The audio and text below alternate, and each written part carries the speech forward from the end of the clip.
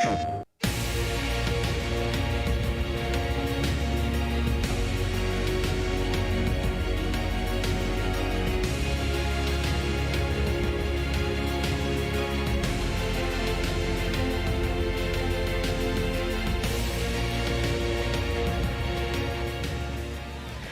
everyone, hope you're doing well. Welcome to the official EVO side tournament for BBTAG, brought to you by PlayStation. I am Raph, and with me we have Jalen. How are you doing today, Jalen? I'm so hyped right now. I can hardly contain my excitement. Everybody, welcome. I hope that you're as excited as we are. We've been talking about all of these matchups and just the unbelievable gameplay we're about to see today. So again, welcome to the official EVO online side tournament for BBTAG. We're so excited that you're here, and we can't wait to get started. So speaking of getting started, why don't we go ahead and take a look at the bracket? Yeah, let's see all the awesome people. We're starting with the EU side today. We see Haterino and Zero Raziel will be starting things off, followed up by Kiryukoun versus Jajuka. And then you have P-Blade versus Dutchy, and rounding it off is Lollare versus Cax 444. A lot of awesome, familiar faces who've been competing constantly here in the PlayStation tournaments. Yeah, it's cool seeing people who've been competing over the past couple of months. We've seen them pretty frequently in the PlayStation finals, making it all the way here to the EVO side tournament top 8. Like, looking at these people and their characters, it's just going to be action-packed all the way through. So let's check out what they're fighting for. Yeah, we have an awesome prize pool here. First place taking a big $350 for winning today. Second place though, $200. Third, $150. And you see fourth with $100, but fifth through eighth also getting $50.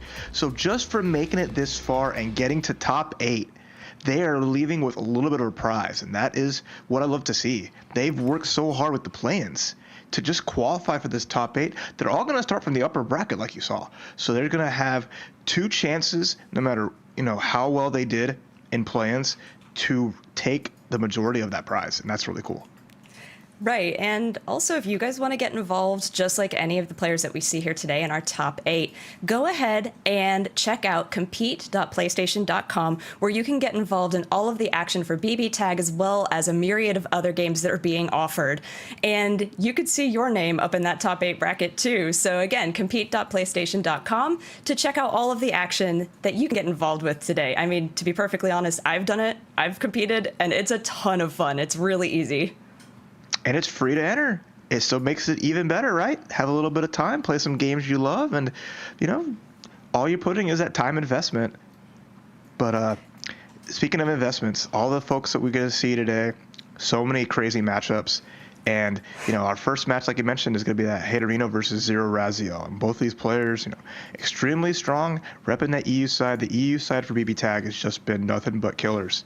These folks have been going at it, even with like the PlayStation tournaments beforehand, month after month, competing, doing some good work. Starting with Haterino, see them repping the Mitsuru.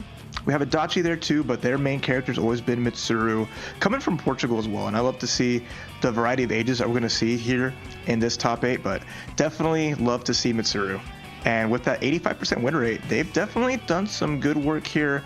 That is a character that's been always super solid throughout the game of BBTAG, and I'm always happy to see a Mitsuru main make it this far. And their opponent is going to be Zero Raziel, and they play Noelle Yang, which is a team that we haven't seen terribly often, especially with the Noelle. We see some Yangs time to time, but I'm excited to see their gameplay because that's their main team. So they are representing Germany, and their win rate not as strong percentage-wise as their opponent Haterino, but it doesn't really matter until we get into the match. Yeah, it's statistics, it's cool, but what matters is the here and the now, and you're in top 8 upper bracket. You get 2 chances.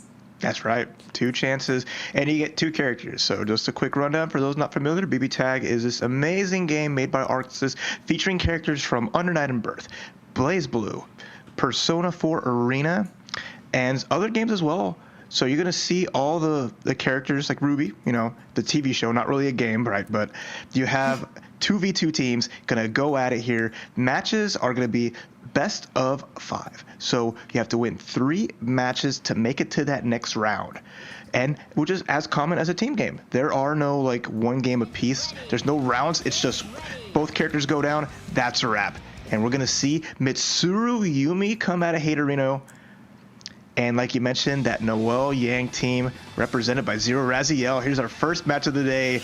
Can't escape from Crossing Fate. Let's go. Let's fight. Oh my god, I'm so excited. Yeah, and the Yumi, haven't talked about her yet, but an incredibly strong anchor for a lot of teams and can definitely complement Mitsuru very, very well. So let's take a look at this right now. And already, that Yumi assist coming in clutch.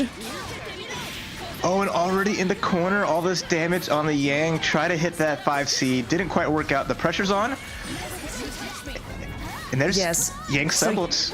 Yeah, Yang's Semblance, that stopped a lot of the incoming pressure there, but unfortunately, Yang's not going to be long for this world.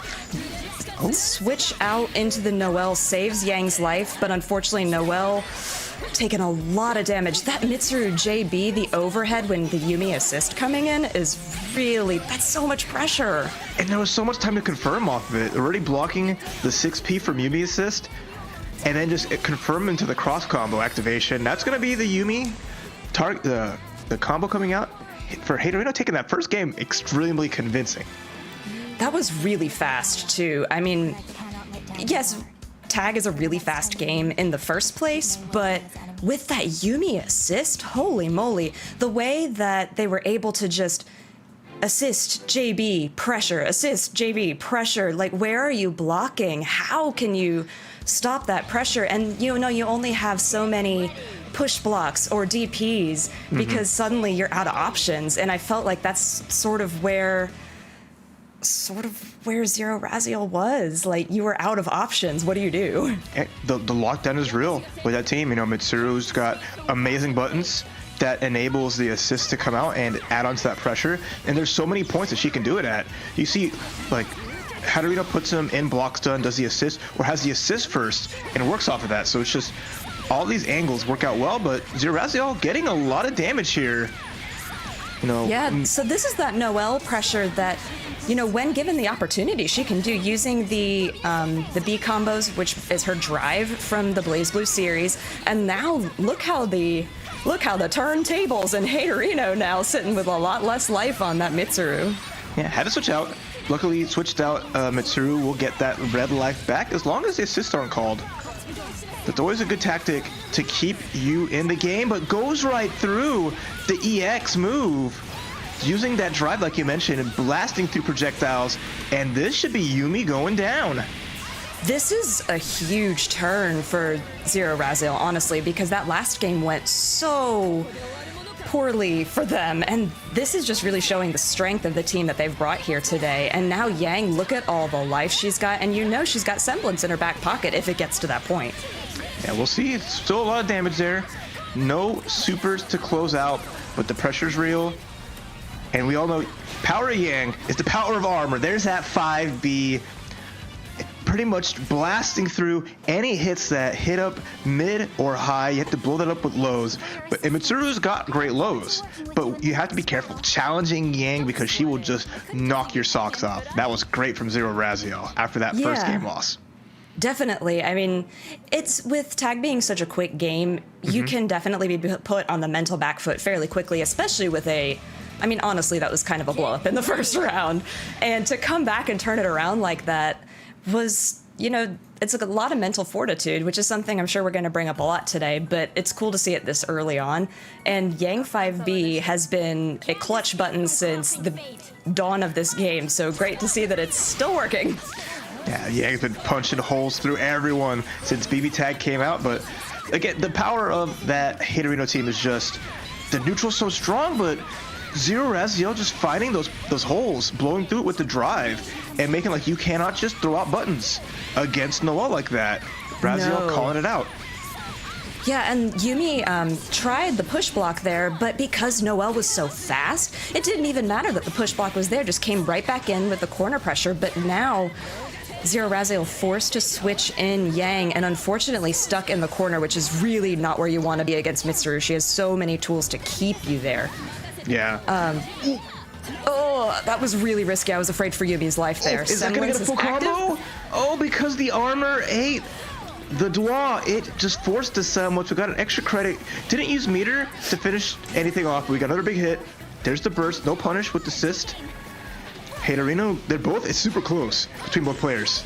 Yeah. Oh, that burst there saved Yang's life.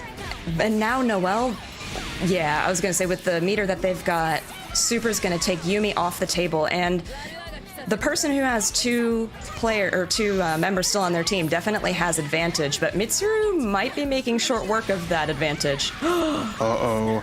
The whiff grab got hit by the drive, and now Mitsuru low on life. Are we going to see that Resonance Blade come out? Yep, there it is. Put out the glass. Oh, nice push buck right into it. This should be Noelle going down. Now we're getting an even fight. Mm-hmm. Also, did you see Noelle just use her drive to go straight through Mitsuru's mirror? That was crazy.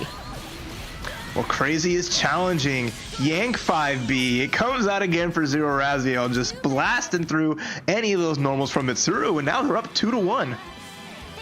Yeah, this is really exciting. I'm liking what we're already seeing a lot, and there's just been some very quick adjustments on both players' side, but Haterino now at disadvantage because Zero's at match point.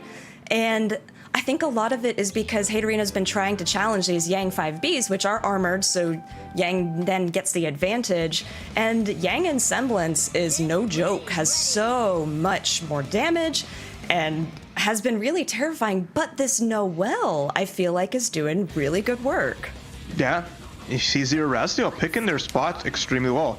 You know, a character like, oh, we got to switch up, going to the Dutchy Yumi. So this is the pocket team on the side, one of the best teams, if not the best team in the game. Just they complement each other so well. Dutchy having an amazing assist package just like Yumi. The damage is really good, and look at that. Already Yang lost so much, the pressure's on. You gotta guess.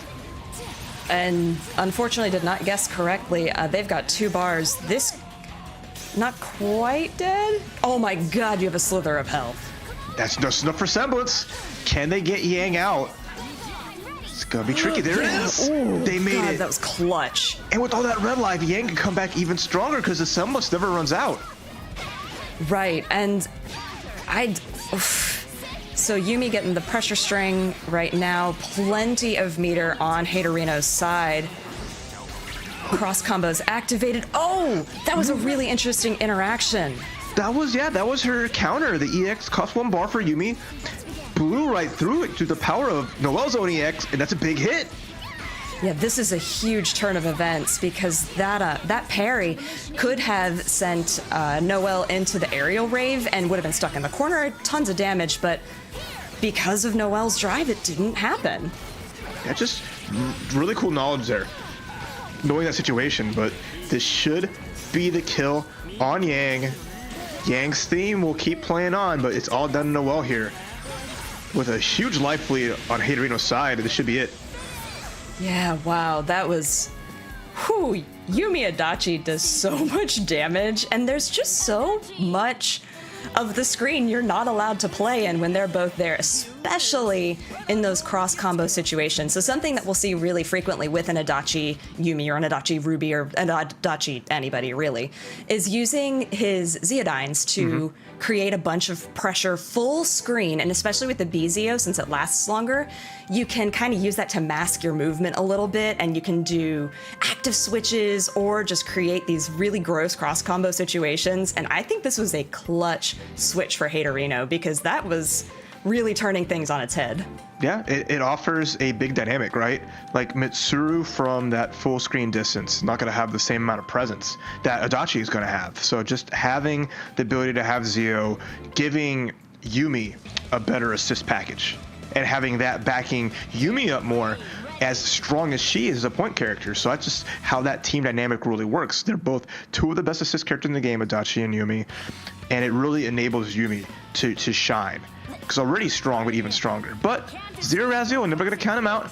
We've seen their power with their Noelle Yang team, but what a start. First blood going to Haterino. Yeah, this is so... Oh, man. This is so hard to find an opening, especially against a Dutchy, because a lot of his strings don't have huge gaps in them, and when you have an assist character like Yuumi to close those gaps, you just have to work really hard. And a happy birthday combo. This is going to be a ton of damage on both characters. 10k on one, 8.5 on the assist. That's brutal. Okay, the tag in. So much damage, but at least we got semblance. The hard part, too, is there's no bar here. What a reversal. Without any meter, it's gonna hurt, and yanked down from the Snowbirds. Getting a lot of chip.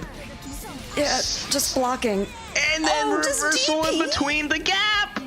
None of that. None of that. Haterino said, calm down. You aren't driving anymore. Get into the passenger seat, because this is the Haterino show. That was beautiful reaction and an excellent game as they advance to the next round, the upper bracket. Yeah, that was fast. Like, even for BBTAG standards, that was so quick. And then when you just end it with a reversal, that makes a statement. It sure does. That's Haterino saying, you are going to go all out, but you're going to leave holes. And I'm going to pick those holes apart and just shut it down. And at that point, it's like, Noelle by herself, the damage is going to be hard, especially mid-screen, to get really huge. So Haterino could take those risks, right? At most, he's going to lose a little bit of a chunk, but he still have the second character to go back into. Yeah, so this was one of those rounds that Zero Raziel did really well in, using that Noelle drive. Look at this. This is where she drives right through the mirror, but unfortunately did get caught on the back. I missed that the first time, so cool replay. And then there we see the 5B. That button was working out so well for Zero Raziel, and that gave him the advantage, but, you know, kudos to Haterino. Taking a second to say, hey, I have the Yuumi Adachi when I need to. Mitsuru can handle a lot, but sometimes you gotta get grimy. Sometimes you gotta bring out the big guns, and, you know, it shows how well it worked. Yeah, so there's one of those Zeodyne cross situations that we were talking about earlier, and here's the last bit. Look at all that damage that Happy Birthday did. God, that was brutal. Yeah, and you just see Noelle just trying to survive. There's like the safe chip, and you're just like, I could try, but good blocks on the overhead, everything reacted because it's continuing on. And, you know, no risk, there's no reward, but it's good play from Haterino making it through, and they will be facing the winner of our next match, which is Kiryukoun and Jajuka, who Jajuka has always been a mainstay of the EU tournaments. It is just spectacular to see them go about it. You know, Jean-Pierre representing France. This man has aged a lot since I last saw him a few months ago, ripping that rifle 55. Don't matter how old you are, fighting games are everyone. Right, coming in with a pretty impressive 75% win rate. Represented the Yuzu Riha and Hilda. Now, Yuzu, a character that after the 1.5 patch, well, really when the 2.0 patch kind of fell off a little bit, but still a really strong character, especially in the hands of a right player. High execution, a lot of mechanics in there. And they're going to be facing Kiryukoun, who's coming out of Romania. And they're going to be playing the Adachi Narukami. Yes, another classic team. You know, the Persona character complementing each other well. And I'm excited to see how they go. I've not really seen anything from Kiryukoun at some other events, so just already showing that you have, you know, Dutchy and you. That squad just works great. You know, they are mirrors of themselves. They both have the Zeo, they both have the same kind of persona, and it really does work, especially with how strong buttons and how strong a presence Narukami has. So that just complements that. The assists might not be as strong as, say, like a Yuumi, but it's definitely super heavy momentum. So we'll see if Jajuka can keep them out with his basically primarily zoning and full screen focused team. Yeah, and I think this is actually a really good team for Kiryukoun to bring in, because Narukami can close the gaps on a zoner very, very quickly. I mean, he has that slide. They can bring him all the way across the screen. And then, you know, you do also have Adachi, which can, again, like we saw in the previous match, full screen, create some pressure. So I think really the teams kind of counter each other. So it should be an interesting matchup. I'm curious to see what sort of tools that they bring out and how they play against each other, especially because Jajuka is, like you said, a regular to these, used to the pressure, used to the main stage. So it'll be cool to see what Kiryu can bring out. Yeah, so starting with the Adachi, just trying to put the pressure on, and there he goes. There's the hard-to-see mix. It's going to be jump C or slide coming up from Narukami, and the first reversal on the knockdown. Kiryukoun not playing any games here. Right into cross slash. Big damage to start things off. Yeah, so that's kind of that screen closing gap pressure that we were talking about. And look at the high-low that they can bring out, too. Oh, Yuzu taking a lot of damage, and Kiryu has 2 bars, can probably finish it with this. Yeah, wow, 10k, 1 character. Jaju's in a little bit of a scary place. Yeah, double cross slash, and we think like Kiryukoun has just been hyper aggressive, and it's working out so well. Don't let these characters get a chance to play their game, to set up. There's a jump C again, but nice push block, gets both characters some solid damage for Jajuka, and it just needs to get a little bit of that confidence. Again, the reversal. Yeah, these reversals coming in clutch for Kiryu, and takes that first round very definitively, honestly. Yeah, Kiryukoun just didn't stop going in. From the round start, say, I'm just going to break through. If you don't get time to set up shop, if you don't get any screen space, that's it. And you see just how aggressive they are. And that's, that's one way to play the matchup. Using those tools, even starting a Dutchy, just to get that lockdown and able to set up the switch into BZO and enable Narukami is just going to be that really scary part. And, Jaju has to find out a way to stop that kind of switching pressure from occurring, or else it's going to be really bad. Yeah, and I think you hit the nail on the head with enable Narukami. Because that's really what Kiryu was using Adachi for, was to enable Narukami to do all of that damage. And as I say that, Adachi's like, I too can do damage, and Yuzu's stuck in the corner. Yeah, it's not her strong suit. Both these characters, Yuzu and Hilda, they have like good normals, but this mid-range to far distance is where they excel, and now you're going to see how Jaju can set up and control the space. So, doing a really nice job as Hilda trying to keep Narukami out, and honestly doing a spectacular job blocking this round. Bursts to get Yuzu in, and now we're seeing all of this Yuzu pressure. She can cross the screen in a flash, and you have to really pay attention to where she is so that you're blocking and punishing correctly. Because otherwise you can be in huge trouble, just like Jaju is now with this double super happy birthday. I gotta respect Dutchy with meter. Adam Smasher, a lot of vulnerability and huge damage coming up from that DHC, but manages to burst and get Hilda in. So this is at least a brief respite and possibly a kill on Adachi. Yeah, they gotta keep up the pressure, make sure this combo really goes through. They have the meter, this will kill. All right, Ojo-sama lasts her out, and this is a good lead for Jaju. A lot of health coming back on Yuzu. Here comes that crazy pressure, but the reversal is returned. Yeah, I was gonna say reversal right back. Sheesh. So I love seeing these Hilda combos too, especially because she can start her pressure in the air. Punishes that full screen super. Jeez. Yep. Again, using that meter smart. Had no more resonance there. So I like using that big beam, and especially if there was an assist, would have called out. And there's the slash, blowing that up too, using the resources extremely well. Yeah, that's such a clutch use of resources, like you were saying. But now Yuzu doing her air combos, and look at that. That was, nice match for Jaju. Good way to keep your head on your shoulders and get a win. Yeah, dangerous. Just any misstep against that team is so scary, and how much damage came from the reversal Zeodyne supers from Kiryukoun. It just did so much throughout there, and that was just something that at a point the meter will run out and Jaju can kind of play their game a little bit better. But I do just like them playing the user, using the normals, which, she has one of the longest range of lows in the game, has just really good anti-airs from there, and that'll just shut down that approach and that style of how Kiryukoun was playing to call out things. Yeah, and something that both players are using their teams really well with doing are catching these happy birthday situation with these huge supers or reversals that their characters have. So it's really knowing your toolkit and how to use those kits to your advantage, which they're actually really showing off what those can do. And an early start here. Kiryukoun again getting some good damage, getting that corner carry. These Dutchy combos are going places. And now we're setting up the sandwich. This you can cross combo full screen and just really make life difficult for Jaju with that team.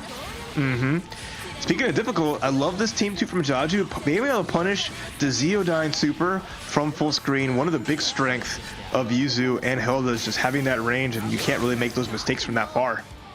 Right, exactly. And one thing, I mean, yeah, Adachi does have, buttons to get in close or to get some damage on a ranged character, but Narukami does want to be closer, and unfortunately, Hilda and Yuzu can keep him at a range that is not safe, and now he's super dead. Didn't block the 5C, and you're seeing, I'm not afraid. I'm a 5C user through and through.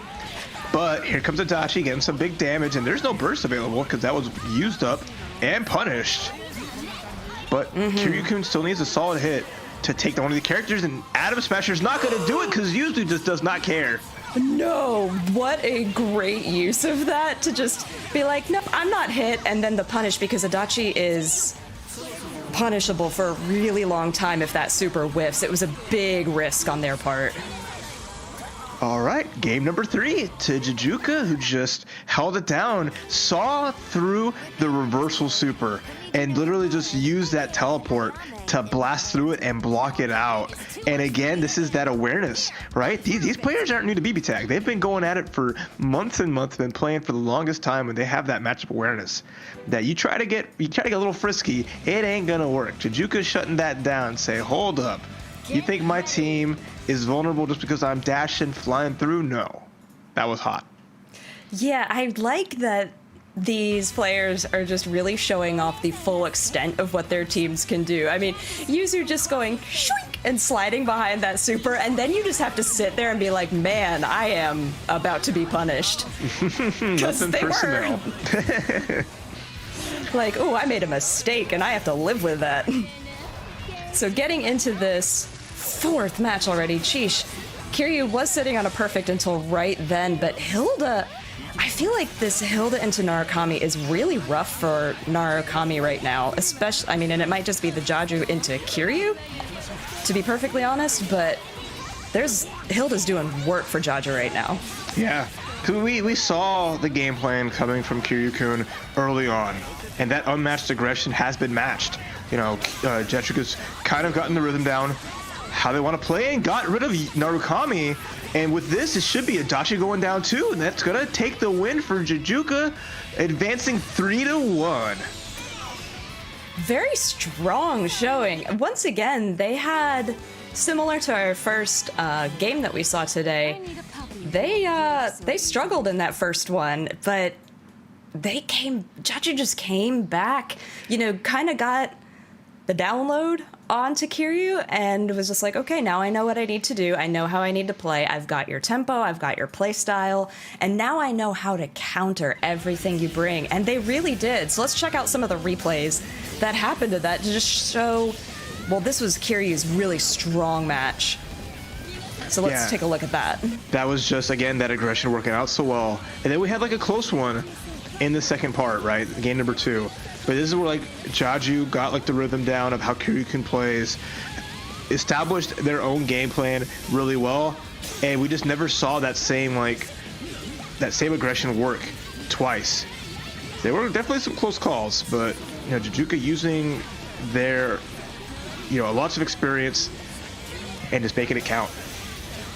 Right, and I think you hit the nail on the head is that they were never able to use that aggression again. And the thing is, they never changed their aggression. So Kiryu just didn't make enough adjustments to, get through that pressure from Jajuka. So let's take a look now. So Jaju is now going to face Haterino, and Kiryukoun will face Zero Raziel in the first round of the lower bracket. So once again, everybody gets 2 opportunities before you have to go home. And that lower bracket, though, that's going to be some scary matches. It's always rough being down there, but it's the price to pay. But we have 2 more upper bracket matches left to go so far, and there are going to be some doozies, as we're again seeing some folks that we don't get to see too often. So Dutchy, I know I've seen them play before, but they're not typically one of the mainstays compared to like P-Blade. P-Blade we've seen so often throughout the EU BBTAG tournaments, always with some strong, consistent results. And their strength, for me, is the fact that really their teams are flexible. We see the Mitsuru Wallstein here, but it's really they go with the flow. They go with how they feel, and that's scary in a game like Tag because a person like P-Blade has so much experience. It's going to be so worth to counterpick and choose what's best for the given opponent. Right, it's definitely an advantage. And Dutchy, guys, we're going to see a Blitz tank. And at least that's what I'm hoping, because that's what's on the card. And their main team is Akatsuki Blitz tank. That is not for fake, that's for real, and that makes me super happy. 82% win rate. You know, Dutchy does have some other back pocket teams. They play a Seth and a Carmine as well. But Blitz tank, anytime I see Blitz tank on the screen, I get so hyped because honestly, it's a tank and it's just fun to watch. But truthfully, they do have some really cool mechanics. There's some unblockables that they can set up. Almost all of their moves have armor. So it's like Yang, but everything's got armor. So what are you going to do? And then with a teammate like Akatsuki who has incredible pressure and can string their supers into each other. Oh my gosh. Yeah, it's going to be great. I love it too, seeing the thematic team. They're both representing Akatsuki BlitzConf. Those were some of the later DLCs that we saw a few years back. But here from P-Blade's side, we're going to see one of the trademark EU teams that we've seen such great results. Seth Hilda has done so much work from so many players, and P-Blade's going to bring this in spades. Yeah, so Seth is an incredibly fast character, high damaging, unfortunately does not have very high health, so if he gets hit, he's probably gonna die. But the thing with Seth is that he can do these setups with his orbs, and if you don't remember the orbs are there, you're in some serious trouble, which it looks like Dutchy kinda is right now. Yeah, the tank's just revving its engines, trying to find an opportunity, but, you know, despite how good Blitz Tank's zoning can be, Hilda's the queen when it comes to this far range game. What a punish on the burst even. Dutchy not getting any chances here. No, I mean, that's the thing with having a high speed character like Seth is you don't have that opportunity. Look at the high lows, how quick he's able to do that. And now Akatsuki does have some great tools to try and change the situation, but he's not getting that opportunity. Switches in the tank to try and do something. Just super. Oh, but the counter super back at you. Wow. Again, she is a queen, and she is not having any of your beams, any of your zoning. This is my domain, and now Akatsuki by himself in the corner, trapped with such low life. This is so hard. Yeah, oh, there's a nice parry, but, you know, maybe... Oh, buddy, that was not the super you wanted. I'm 99% sure. Didn't get punished for it, so still living, but now I love P-Blade just chilling out. Oh, no! I think Dutchy was planning on Seth falling to catch him with that super, but Seth has the ability to stay in the air longer, so he just whiffed and left himself in a really punishable state. Great awareness from P-Blade to know what supers were coming out when, and Dutchy definitely has some room to grow in this matchup. Yeah, a lot of Hail Marys at the end of the first round, but it's just a game one. Both players getting a feel for each other, but you see P-Blade with that strong game plan, establishing how they want to approach things, and already Blitz Tank is gone. We've got to see it for a game. Didn't get to do much, sadly, but that's why we're seeing Yuzuria come through, because now we're going to try to fight the zoner with a zoner that has some good anti-zoning tools. Yuzu, when you see her in her stance, when she draws her blade, she will just dodge any projectile. Doesn't matter what it is, doesn't matter how fast it is. She will just automatically dodge it and be fine. So a cool option to bring into this, keeping the Akatsuki, but can Akatsuki weather this pressure? Yeah, I mean, we just saw Yuzu do really well against a high zoning team, so I think this is a very intelligent switch on Dutchy's part. And already, look at the difference in gameplay. Holy moly, that corner Yuzu combo is not super easy to execute, and they are doing a great job with it. Oh, but Seth... Not a Yikes. huge punish, but that was another Hail Mary super from that far, trying to call out a button. Didn't quite work, and at least Hilda's going to get some life back. What's up? Yeah, I just feel like Dutchy is using Akatsuki very reactively instead of proactively, and he's reacting to situations that aren't there. So he's like putting out these parries for things that aren't in his range yet, and he keeps getting a lot of unnecessary damage on that character. But switches back to Yuzu, which honestly was a great opener for Dutchy. Yeah, it's always smart. Let Akatsuki get the life back, the run-up hit. It's going to be some good damage, but the small drop. And then you see that 4P from Hilda come out immediately. One of the best assists in the game. Covers so much space. Tags Hilda. There was a grab that was potentially techable, but a great burst. This should be Akatsuki going down. Yeah, again, P-Blade just living on his awareness right now. Just incredible ability to notice who's being hit and who's not to take advantage of the situation with Dutchy. Yeah, now just again, P-Blade just chilling full screen. Not gonna contest or approach the reversal, catching one of those long-range sword hurt boxes. And Yuzu taking a lot of damage. Definitely not gonna live through that, but that was a much closer match from Dutchy. Yeah, the switch for the characters really was a great start.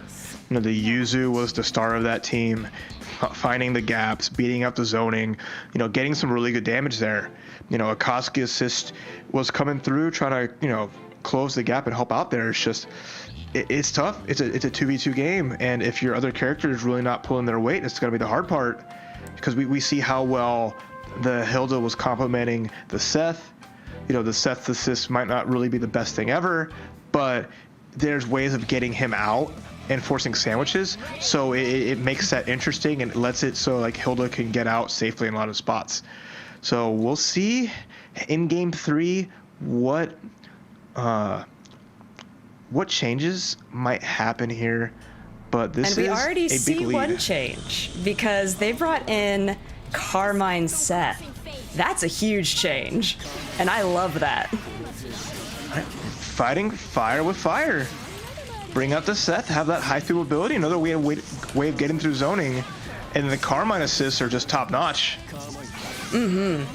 So Carmine uses his own health to enhance his damage and things like that, but can regain that health back. So pay a particular attention to Carmine's health meter just to see when he's using it. It's just a thing to, keep watch on at home, but look at all of that damage. I love the air game that Dutchy is now bringing to this. But Dutchy's got to be careful. Like you mentioned, that health has a lot of red life, and Carmine can get a lot of that back with his auto combo, but switching out is also really useful too. So, gosh, Seth versus Seth, you have to really watch your screen and watch the orbs. Be mindful of where they are, especially because with the two of them, they're going to be jumping a lot, and so there's a lot of screen space that they can cover that they may not remember in the heat of the moment is no longer theirs. Speaking of no longer there, Carmine out of the picture, Seth with barely any life. Look at this huge lead that P-Blade has. It's going to be tough goings for Dutchy, but there's a lot of good solo damage if they can find the hit. Yeah, unfortunately gets hit by that reversal from Hilda, and now Hilda's drops the combo though. Picks it up with a nice assist from Seth, and that is a clean 3-0 from P-Blade. Big win there. Just kept it solid. Again, we saw some big changes with the character swaps coming from Dutchy, and a lot of that damage was coming out. They were finally starting to break things down and get some momentum. But P-Blade is able to adjust back so well, get these life leads, maintain that space, And just, I love to see how P-Blade knows this is not my time to commit. I'm going to let my opponent hang themselves, take advantage of it. Let's see some replays, and we see all those characters that Dutchy went through trying to take down P-Blade. Yeah, so they brought 5 different characters into this set, which is crazy. That's a ton of characters. And shoutouts to Dutchy for being able to play all of those, but unfortunately P-Blade just had the reads and was able to counter everything that Dutchy brought with some just extremely solid Seth Hilda gameplay. Yeah, again, this team has been a staple of the EU BBTAG circuit. They work so well together, and they dominate online extremely well. You know, Hilda's always been one of those contentious characters of like, where does her strength truly lie? And I feel like online, she is just always been a force to be reckoned with. As P-Blade has shown, as they are advancing to here, where they will fight the winner of Lollare and Cax 444. Yeah, and Dutchy now waiting for the loser of that match to meet them in the lower bracket, which again, this lower bracket is, you've already seen all of these people fight. You know it's full of killers, but the upper bracket is looking extremely deadly right now.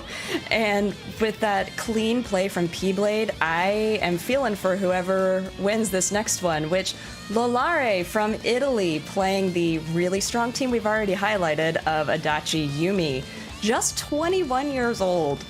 And you can follow them on all their socials at Lollare and Twitch TV Lollare _. Yeah, and again, we're going to see some of that, you know, more than likely the Yumi Adachi, a perfect, one of the most best teams you're going to see out of BBTAG, and also dominating force. But their opponent is not one to be trifled with. Cax has been dominating EU for so long, has some tough competition, but that competition isn't in this bracket, the ones that normally take Cax out. So really, I feel like they are the ones who'll be running through everyone. At 21 years old, repping France with a clean 6-0 win, 100% win rate. You can't argue with 100%. Mm-hmm. And they play a fun team, right? They have that Elizabeth Aegis. They bring a unique team to the table and are so proficient with it, and they are the guy to watch. I assure you, Cax is just always a treat. But whoever can take Cax down is going to make everyone else in the bracket have a huge sigh of relief. Yeah, and that's if Cax goes down, frankly, with that 100% win rate. That's a little intimidating.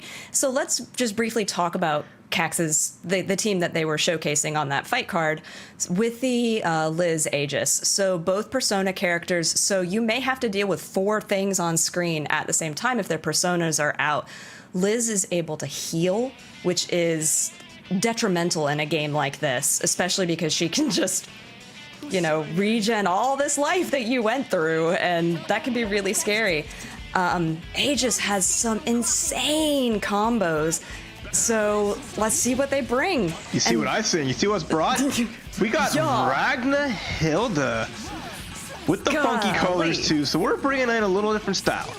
Ragna, great buttons, super fast, you know, can close the gap so easy. And then Hilda, we saw before, has the range, has the presence from full screen, is going to try to shut down Aegis' approach using all those tools.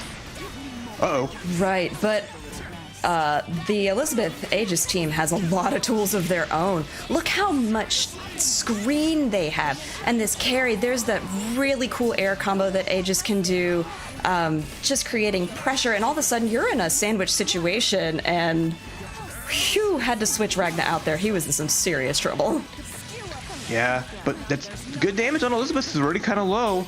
Not gonna be able to finish the job, but wait a minute. That's enough from Sky High. Say goodbye, Elizabeth. It's all down to Aegis here. Nice reversal. Yeah, this is not, I don't want to say it's unwinnable, but this is a really tough road for Cax to climb. Now, Aegis can, you know, take a lot of the screen, and she can just do really cool combos like that. Did you see how many hits that was? And Hilda was just stuck. Is this enough?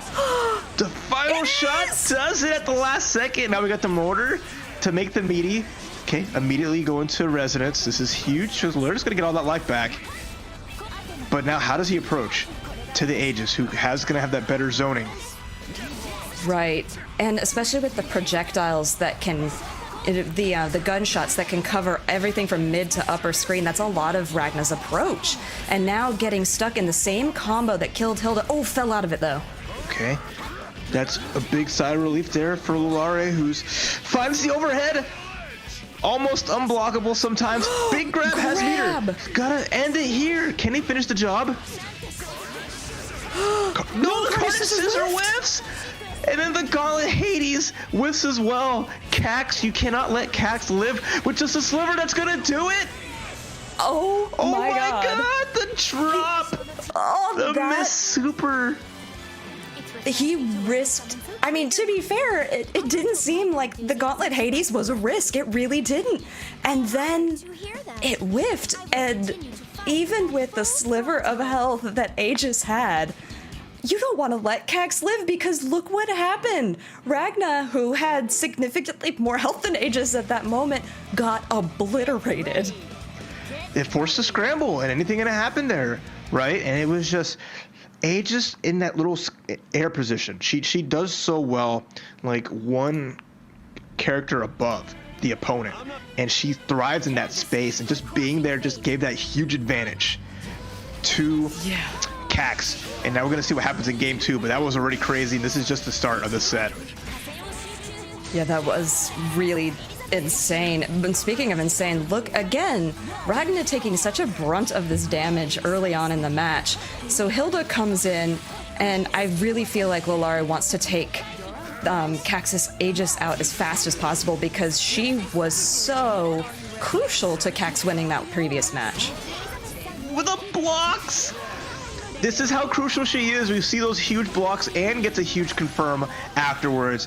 Beautiful from Cax, avoiding the cross-ups, the cross switches, and has just awesome setups afterwards. But I like Lollare's blocking as well.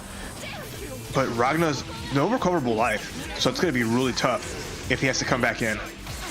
Yeah, and he does choose to active switch there. Did get a really advantageous situation. The burst out from Cax, though, is going to take Ragna out of the picture completely. Yeah. All down to Hilda and the cross under. Aegis may fly, but she has a run as well. She can be pretty sneaky. And Mind Charge. This is a super that reduces all of Elizabeth's life, but it puts her in awakening status. So all her specials are powered up. Oh my gosh, and this low, did you see just the high-low mix-up that came in from Aegis? Like, Lollare tried his best to block, he really, really did, but got caught with a low, and that was the end. That's frightening. That's the power of Aegis, right? You have the Mind Charge that powered up Elizabeth's specials. So you get the lockdown from that, and now you have Aegis gonna do these crazy high-low mix-ups out of her Orgia mode and just really force you to pray. Because any opening, any hit from the higher low is gonna be a full combo, and you just see basically that reset from the combo into just the finisher. And Cax now up 2-0. Lollare's been playing extremely strong and finding chances, but Cax just been super solid and making the most of any situation with good blocks and just great presence of mind. Yeah, what's interesting is that we know Lollare has other teams, but is choosing to stick with this Ragna Hilda. I don't think it's a terrible choice, because I think if Lollare gets some footing, get some momentum in their favor, they can do really well with this, but Cax is not giving them the opportunity. As seen here, where once again, even though there was a little bit of damage on both sides, Cax with such an advantageous first blood there. Yeah, but turning right around, and it's Ragna. Ragna gets that life back. His power is to just certain hits that have that black mist on them will give him his life back, and you can see this character has like 40k health just from how much he can regen if played well. Right. So That reversal from Hilda, which is one of the better reversals in the game, did a great job stopping Elizabeth's pressure, and now the cross combo active switch into Ragna. Let's see. Oh, I was wondering if he was going to choose to go into the super again there, but did not. Instead, gets a really nice corner combo with a lot of pressure. Okay, Elizabeth still alive, despite all that, and now Aegis is back, but Lollare just fighting it out. I love it. Look how low life Cax is. This is the best chance Lollare has. Yeah, definitely. And just one kick to the face and down to just Aegis. But we've seen Aegis win before, but that day is not now because Lollare finally puts one up on the board. Yeah, I love seeing how much they were not afraid to challenge. You know, that run up 5A from Ragna is just one of the best buttons in the game. He puts his foot out there for days, and it could lead to just great momentum.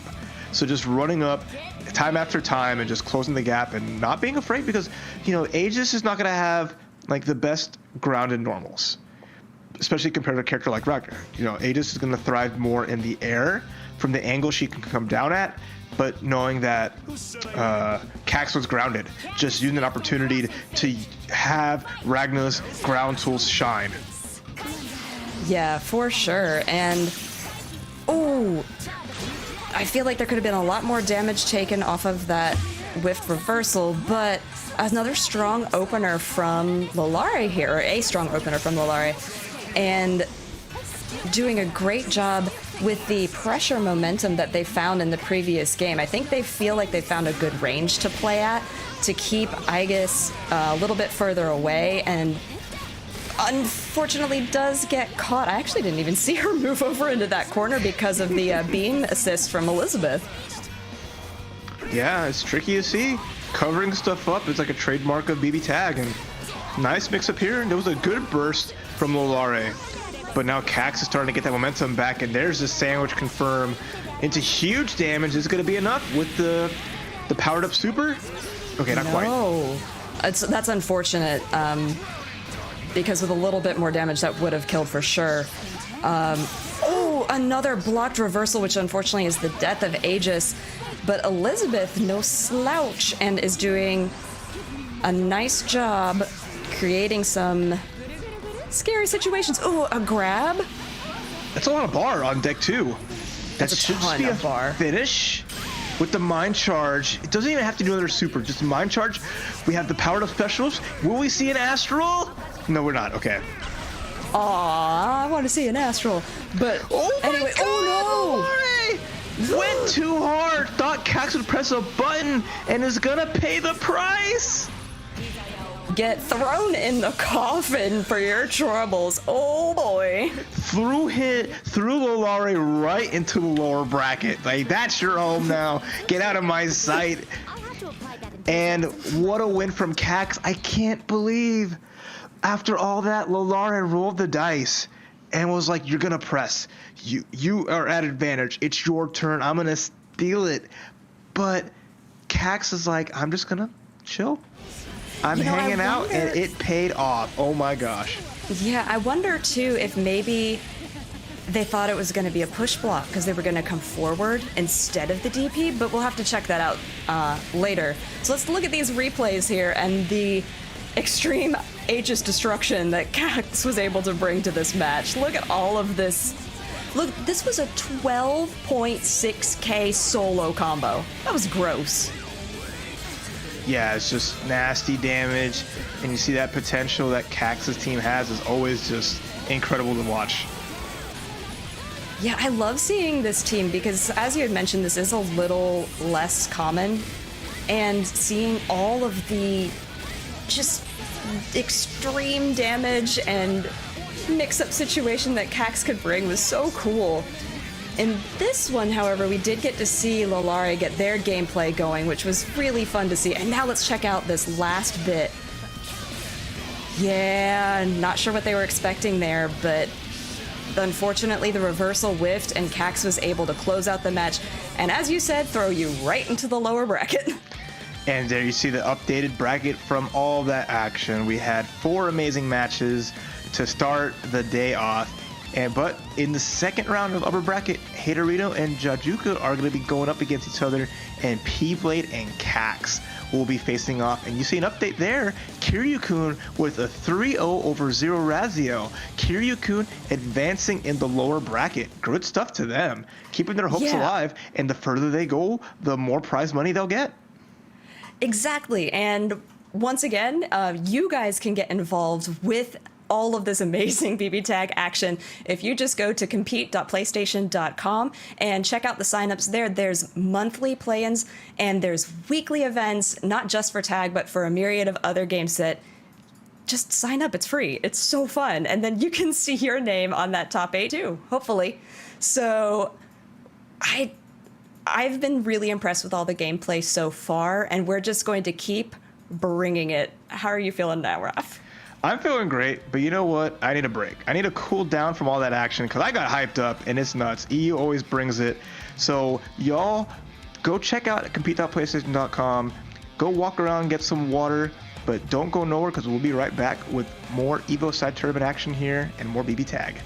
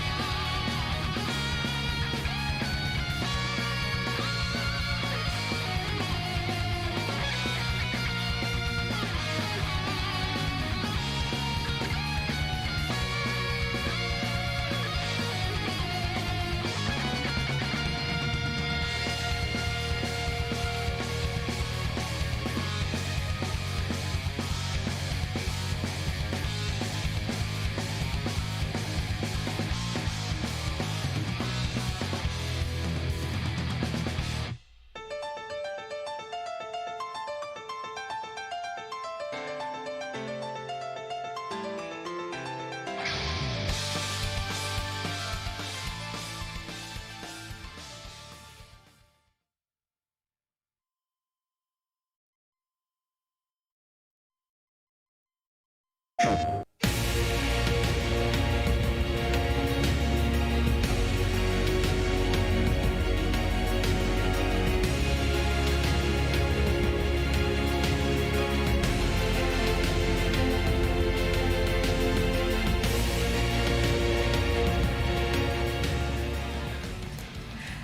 everybody, welcome back to the official EVO side tournament for BBTAG. I am Jadelyn and I am joined by Raph, and we have already had an unbelievable first set of upper bracket games. Yeah, it's been nuts. We can check out this bracket here and see again who made it through so far to round 2. Haterino with a 3-2 over Zero Raziel. Jajuka taking it 3-1 over Kiryukoun. P-Blade with a clean 3 over Dutchy, and then Cax 4-4-4 with the 3-1 over Lollare. But that was just the upper bracket. Lower bracket, we see some updates. It's Kiryukoun advanced 3-0 over Zero Raziel, and we're still waiting for the outcome of Lollare versus Dutchy. But we'll be going into the second round of this upper bracket. Yeah, and already we've seen such cool characters being played, and a lot of them, to be honest. Like, let's see, we have had several Hildas. That's been the character we've seen the most, followed by a Dutchy. But we've also seen Seth and Narukami and Mitsuru and Yuzuriha and Garva, and the list goes on. It's been nuts, and that's the cool variety you're gonna see. But I want to know what y'all in chat, everyone viewing, who do you think is going to win? Do folks say Jajuka at 64%? That's humongous, but that's still a pretty solid advantage coming into that. I see the crowd is rooting for them, despite Haterino's really good performance in their games. It was a close set, but they showed how strong they are, and I'm excited to see how these two go at it. So the Yumi Adachi and the Hilda Yuzu, not a surprise, but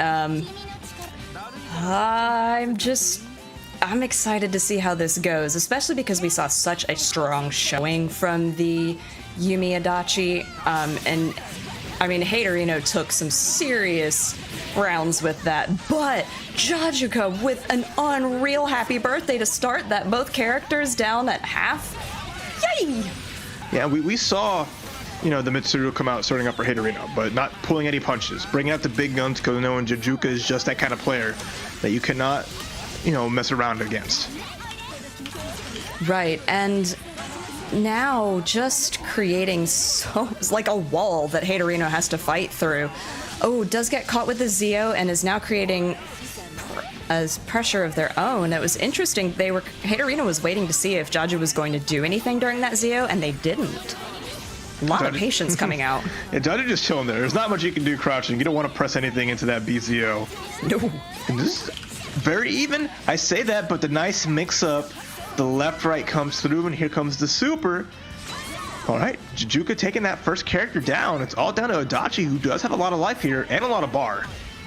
Yeah, a lot of bar, and doesn't have full level 4 resonance, but level 3 is no joke. Unfortunately gets caught by the low from Yuzu, but there wasn't any really follow-up on that, so I will say that Jaju's doing an excellent job wasting this resonance from Haterino.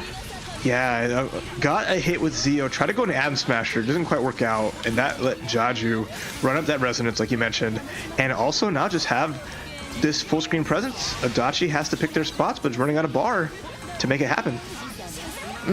And just, running out of bar, running out of options. Nice jump over side switch to try and get something started. Unfortunately, Hilda fell out of that combo, but does get missed by part of the projectile and is able to hopefully maybe kill Yuzu. Yeah. That kind of showed how bad Yuzu's burst is.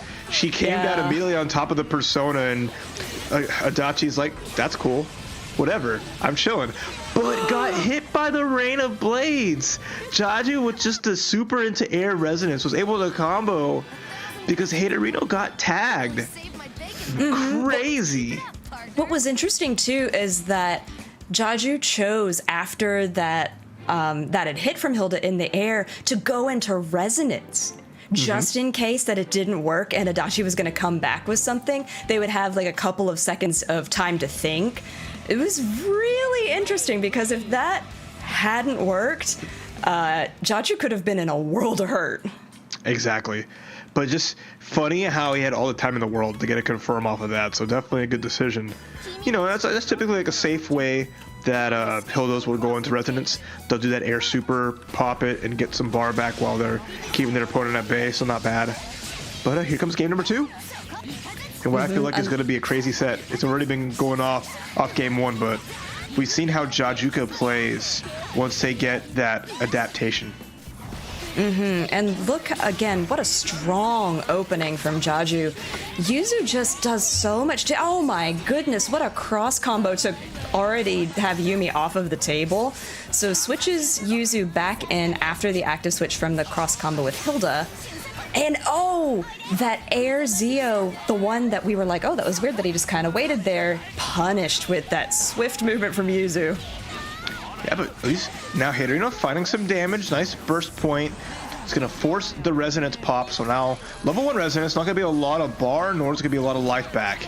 But at least get to Dutchy in the game still, but gets snatched up. And with this bar, I feel like this might be enough. We'll see. Yeah, I loved this the grab to just throw Adachi off. Like, you can tech those, but it was pretty surprising. Goes right into the super. And I love how that super animation, the way they made it work with the meter, is like, oh, it's just doing a little bit of damage, and then the rest of the knives come in, and then you're like, oh, guess I'll die. She just brings them all through you, and it's just, it goes through the whole thing, and you feel like it's not going to do as much damage as it does, right? It's, whew, those blades are sharp. Yeah, but wow. That was great. Great from Jaju. Everything just worked out well. The spacing was great. They got tagged for a little bit, but they found that one gap to get that grab.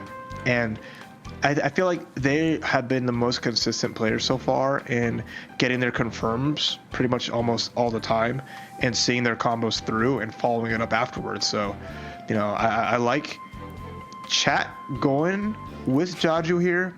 I like their consistency. It's always going to be the most important thing in any fighting game. It's just consistency.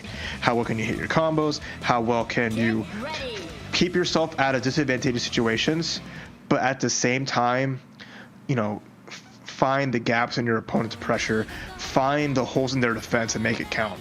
And Jaju has been showing that he has all of those aspects on lock. Yeah, for sure. So this is set point for Jaju. So Haterino has to pull some incredible gameplay out in order to stay alive in this upper bracket right now.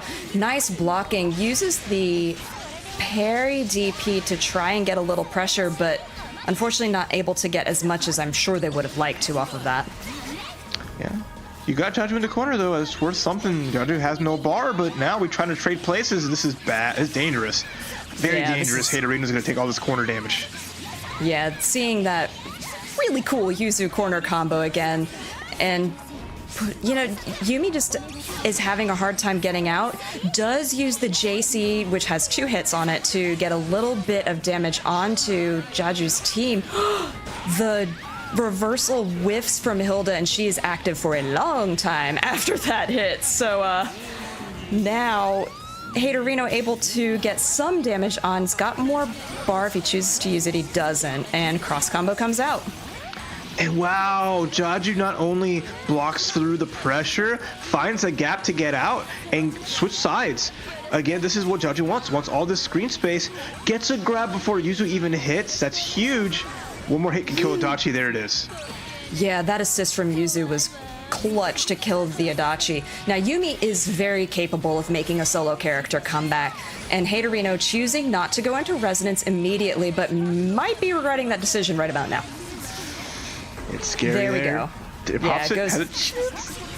But the low, it catches, and if Jaju can get one more hit, that'll take out Haterino here, but I believe in the Yumi. Oh, wow, really good catch on the active switch to Hilda and switch where they were blocking, because they were definitely not blocking the right way until then. But gets caught by Hilda, stuck in the corner. Resonance is gone, so there's no extra healing onto Yumi. And with the super, Yuzu's gonna slice and dice her way to the finish. Jajuka with a 3-0 in the second round of the upper bracket, taking Haterino's life force and sending him down to the trenches. Excellent play. Jaju has not skipped a beat and is immaculate in their play. I am loving it, and they made it to the upper bracket finals. Yeah, they played cleanly. So when we saw earlier with Jaju on, they were 3-1, but now took that with a clean 3-0. That makes a big statement. And the Hilda Yuzu that they're bringing to this, you had mentioned earlier about like knowing their routing and everything like that. I feel like when Jaju gets a hit, they know exactly the combo route, the hits that they want to get the maximum damage that they can out of everything. So let's take a look at these replays and just watch exactly how that happened. Yeah, you saw like the whiff grab. Jaju's like, my opportunity's here. Gets the snatch, and throws are worth so much. Throws beat push block. Throws are typically guaranteed damage. And you normally can combo off every throw in the game, so it's just really a strong tool that, you know, it sets yourself at neutral in your opponents, and it's a good way of like keeping the pressure on if you have great buttons like Yuzu. What a solid finish. Jaju just playing again so clean. Took some lumps here and there, but that consistency paid off. Ooh, so now let's take a look at the lower bracket, which has again been updated. So Lollare versus Dutchy. Lollare out of the tournament, which is actually really shocking to me because they're, again, a mainstay of these PlayStation tournaments, and I'm surprised to see them go out. But Dutchy, who played 5 different characters the last time we saw them, taking it 3-1. Yeah, keeping your hopes alive. And, you know, unfortunate we can't see those lower bracket matches, but you can only imagine how crazy they were, and, you know, just continuing on, advancing through. And that's, you know, good stuff to folks like, you know, Zero Raziel and Lollare, who put on a good show. We got to see a little bit of them at the very least, and I can't wait to see what more that they do. But before that, we have another match. Yeah, and so this is going to be P-Blade versus Cax. So P-Blade in their first upper bracket match, 3-0. Cax in their first upper bracket match, 3-1. Both of them, P-Blade playing an impressive Seth Hilda and Cax playing a really unreal Elizabeth Aegis. If they choose to keep these teams, I'm really excited to see what happens. So if you guys have an opinion on who you think is going to win, go ahead, check out the poll, see what's going on. But how are you feeling about this one? It's going to be fun because I know that Cax is always going to rock that team no matter what. Yeah, I feel like they're not going to switch off their guns because there's worth a lot, right? You get to that upper bracket finals, you're guaranteed a nice chunk of change. So there is no playing around. So we're going to see just one of the best teams in tag in that Seth Hilda going up against Cax. Is just incredible squad that he's just developed so well. And I don't really know how to place this myself. I don't know how the poll went, but either way, it's going to be phenomenal. Let's go. Yeah. Can't escape from Crossing Fade. Let's fight, because I feel like this is going to be explosive. So keep your eyes glued to the screen because we got some fast-moving characters, and we're going to be all over the game space with Hilda and Seth just being in the air, and Aegis too. So already P-Blade with a dominating start there, and Aegis brought down nearly to half. Yeah, there's always going to be a tough part in a matchup like this. Characters that can stay grounded but control the air above them really well is always going to give Aegis some trouble because she excels at the air approach. But the damage is also what she excels at, and you see how much Hilda's losing. This is a low life team. You know, Seth doesn't have much in that department, neither does Hilda, so they got to be extra careful. Right. Yeah, Hilda kind of living on a prayer, but regenerating a lot in the background there. But so's Aegis, to be honest. So this is a little bit more even than it looks like until that hit from Aegis. And we've seen this combo before. We know how much damage it can do. And the burst there saves Seth from a lot more that could have happened there. Oh, no, we're just trying to see the chase down. But great from P-Blade. Is that going to catch? No! Whoa! Made a Hail Mary attempt. Yeah, but you know what? If the Hail Mary works, it works. So that was an incredible turn of events, and I think, yeah, that's going to be it for Cax's team. It was risky, but it worked. So I don't know what to say to that. Like, it's hard when you take a risk like that because they could have been punished pretty brutally for that decision, but it worked. And against a strong player like Cax, we take those. Yeah, you're already on the board, right? A board with one win against Cax, and that's what you have to do. You have to be committed to your decisions. You always have to be confident that this is the right choice at the right time. If it messes up, you can't dwell on it. Number one thing in fighting games is you can't look back until it's all over. No, and that's the thing, is like you have to stay in the moment, because if you're thinking about what already happened, you're going to react to situations that aren't in the current game. So let's see if Cax can make that adjustment and continue the pressure that they were able to bring in their first upper bracket match. Yeah, they beat a Hilda before this, but this is that P-Blade Hilda looking really good here. Has that space and just making it miserable for Cax to even get close. Right, so good lord, P-Blade playing so cleanly right now. Look at all of these Hilda combos. Man, you know, you go to the lab and you practice these, but to be able to pull them off in a live match is always really impressive to see. And right now, working on a perfect. Yeah, super strong, gets a hit. No perfect denied because of the burst, and now Aegis going in. We saw the mix-ups, the high-low. Didn't touch it before, but you see that gauge on the bottom left. That is the Orgia gauge for Aegis. Every pip on there is her ability to dash cancel any of her buttons, any of her special attacks.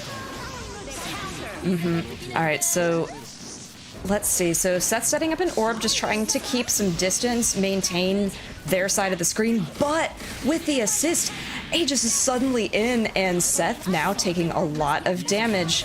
P-Blade kind of where Cax wants them. Oh no, that went horribly wrong, I think.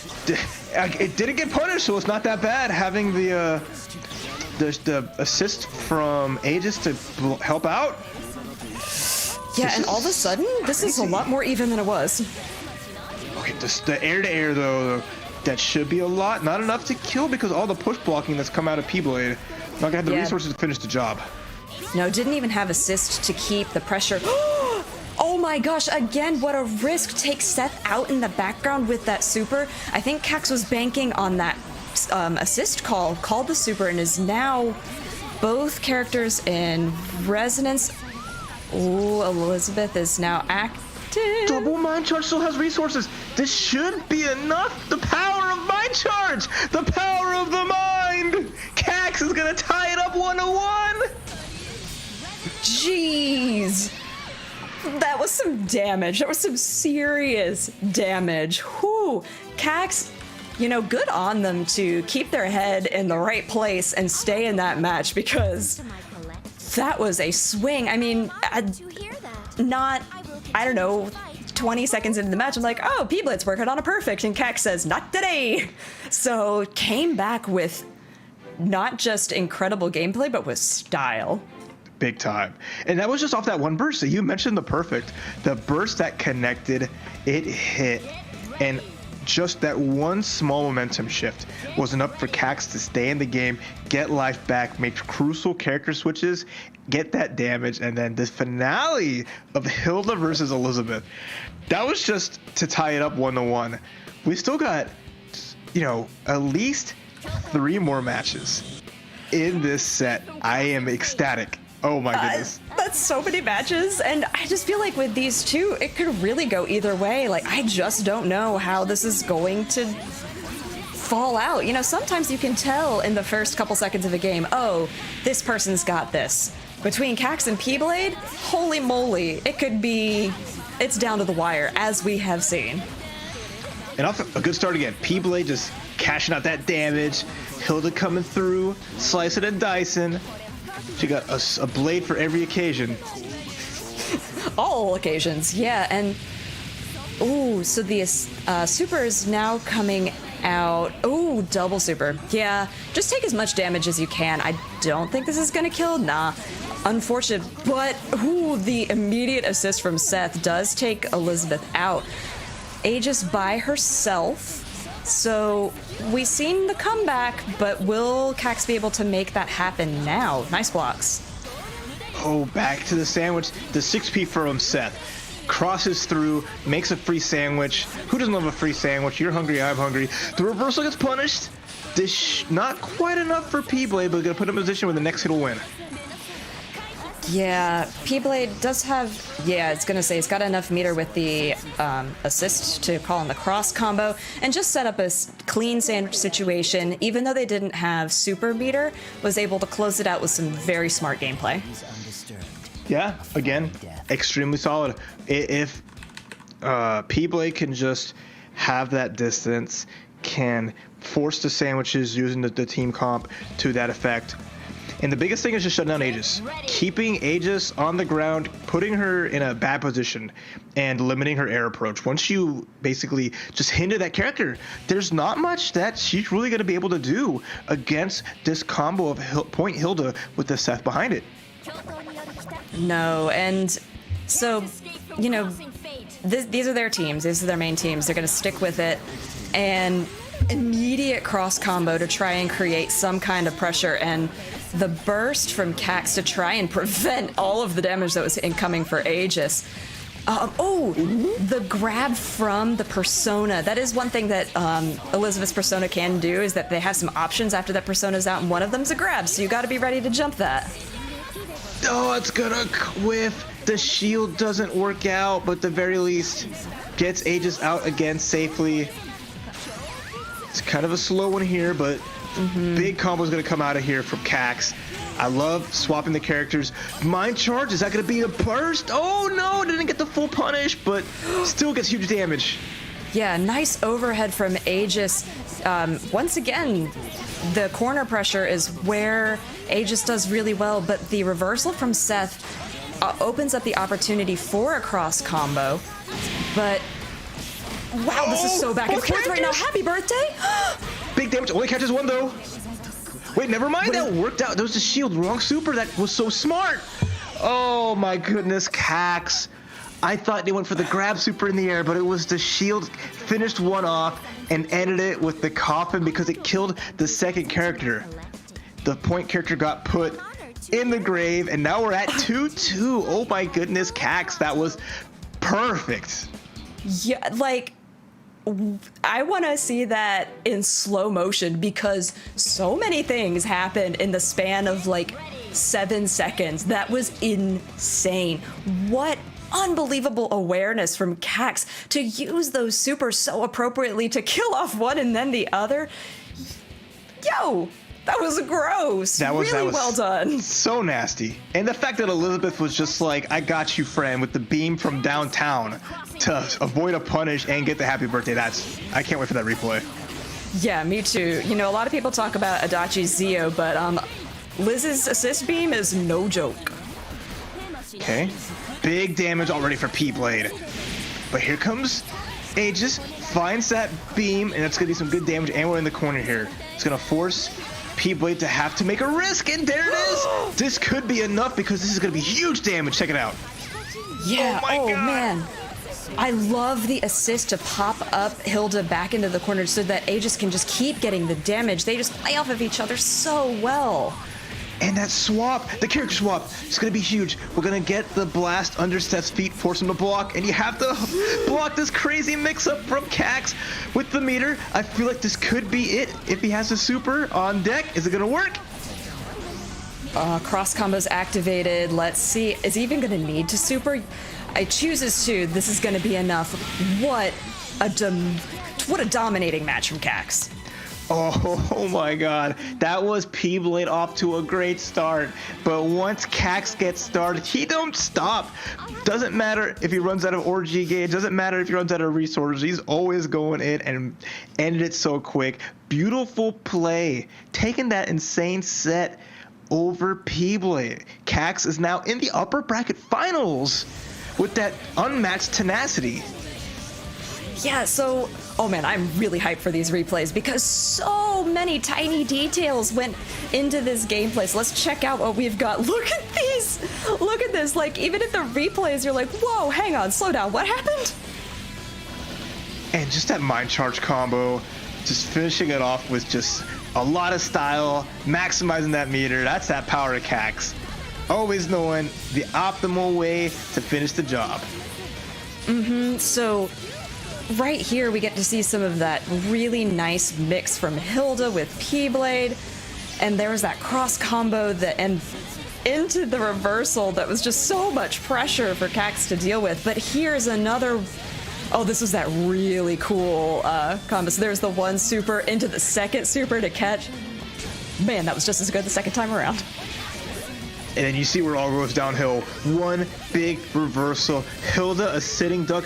Meterless damage. 11k, no bar. And then we seal the deal with more flash. Bright lights, big city. Cax moving their way to the upper bracket finals. Sending P-Blade down to the lower bracket where they're going to have to fight Kiryukoun to see if they can make it to that lower bracket semifinals. Yeah, so... man, I'm loving the way this is falling out because we're seeing such incredible gameplay that's really showcasing everything to the fullest potential, what these characters can do in BBTAG.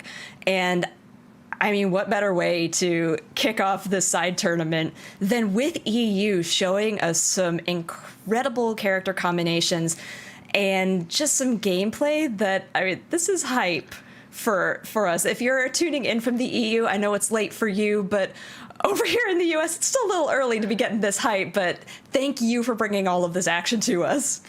And you want to be part of that action, make sure you check out compete.playstation.com, sign up there, and see all the events that'll be available for you.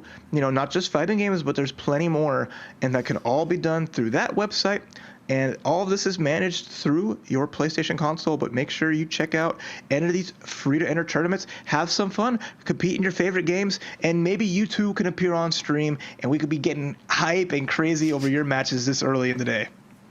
Exactly. So these matches have been so hyped that we are going to go ahead and throw it to a break, just take a little bit of a breather, but don't go anywhere. We are going to be back with some more insane BBTAG action right after this.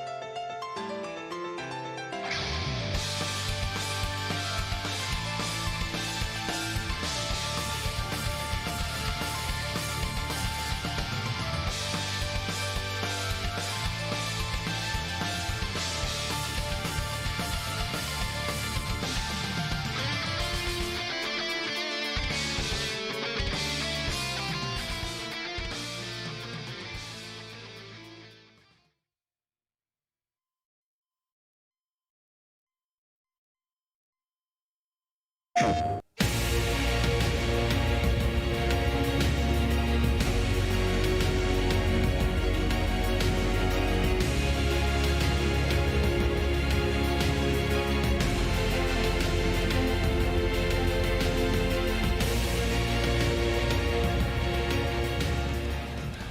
right, everybody, welcome back.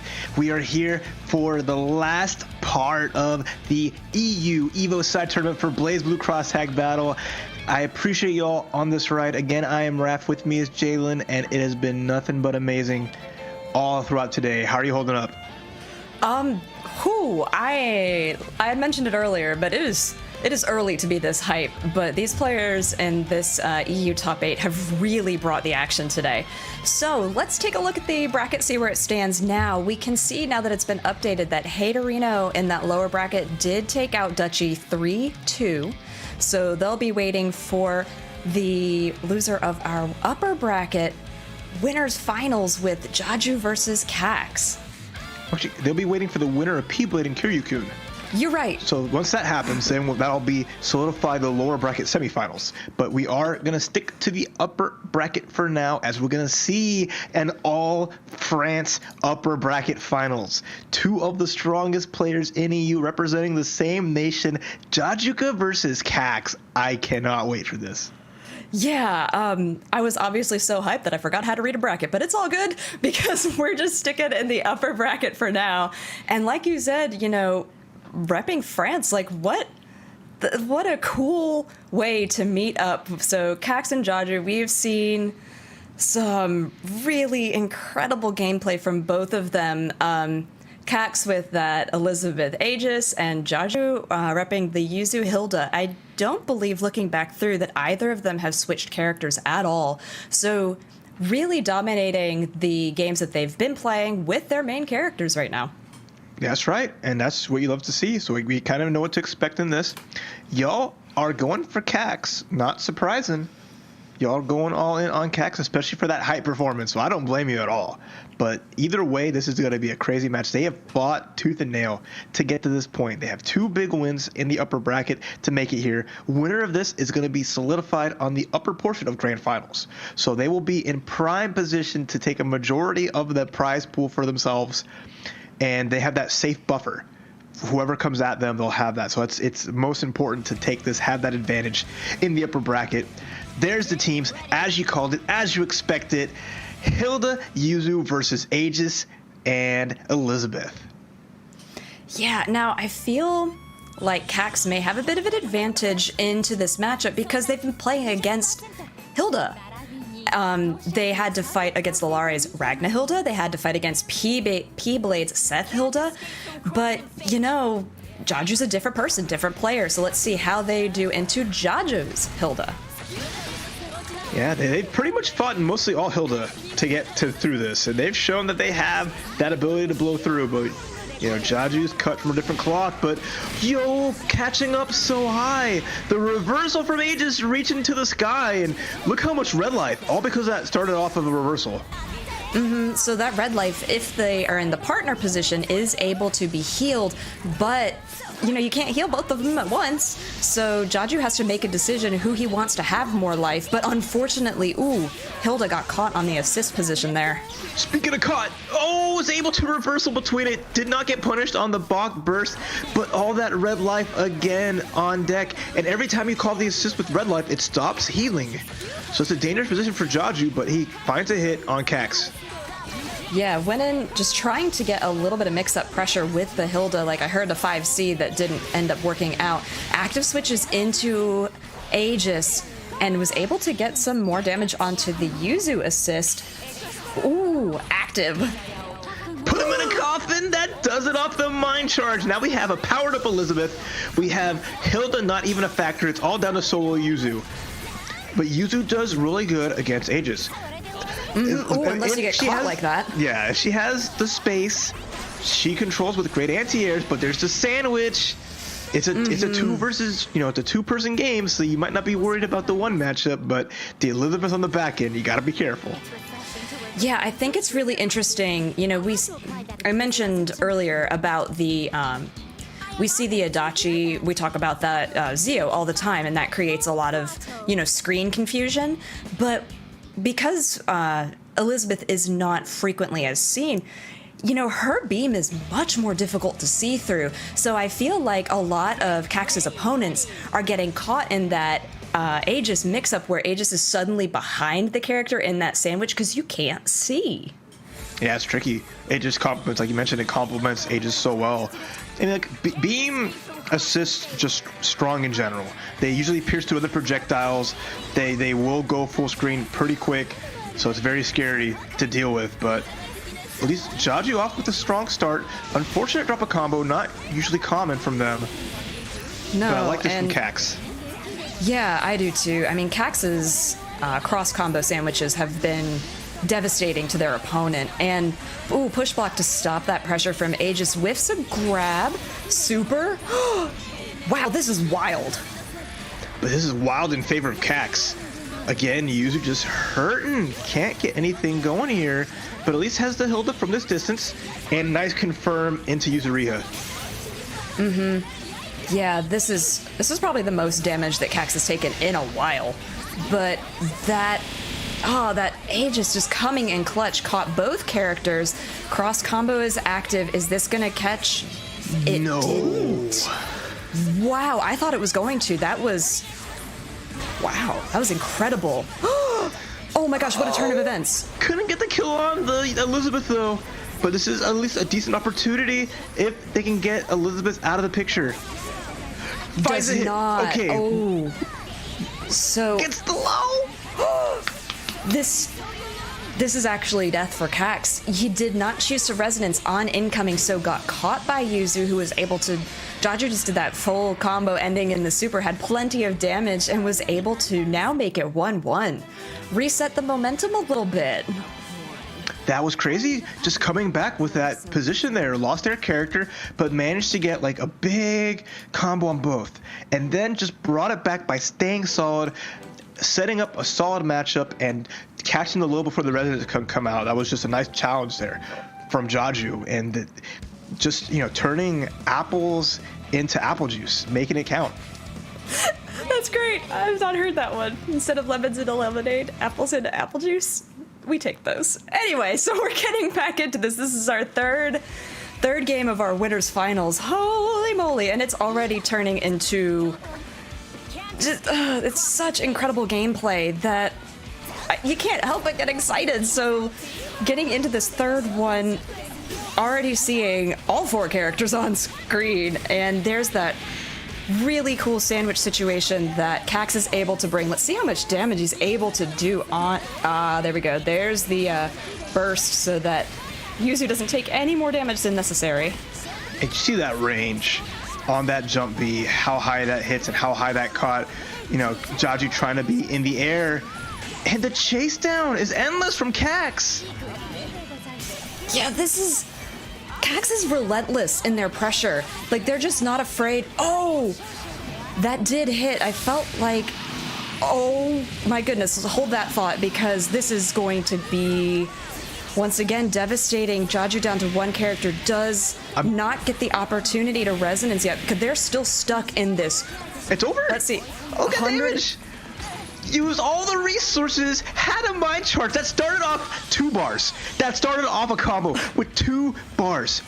Gave the time freeze so Cass could see the future, and this is what you're doing.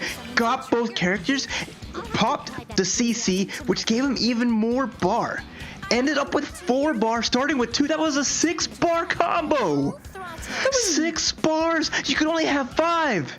But this man had 6. I don't even have enough fingers on one hand for that. What the heck? It was, if you were counting, it was a 166 move combo that was 12.6k. This Cax, homie, holy moly. He's playing out of his mind right now. Cax is trying to play for that buddy right now, and honestly, they're playing out of their mind. All right, shake it off, Jaju. You've been here before. It's not your first rodeo. You have the power to do it. Don't get shaken up. But but he is getting shook up, not stirred. This is looking dire right now for Hilda. Yeah, has to burst there because otherwise Hilda would have been not long for this world. But good lord, I mean, that's so much damage on your opener, and Cax is feeling it right now. Look at the, like, he's just pulling stuff out that he hasn't even played on stream yet. And that's the power of a player like Cax. Always has something left in the pocket, and it shows Hilda almost going out. At least opportunity here, get to switch out. But no, she couldn't get out in time. No. Hilda was too busy chilling in the back. This is so bad. Jaju's down to last character. This might not even get a chance to play. No, I mean, we've seen this before, that if Cax is in control, there's a strong possibility you're not going to see the light of day, especially when you're thrown in that coffin. Oh, but didn't have the meter to finish it. If there had been enough meter, they could have double supered and would have won, but does get the chance to resonance, so Yuzu might have a hope here.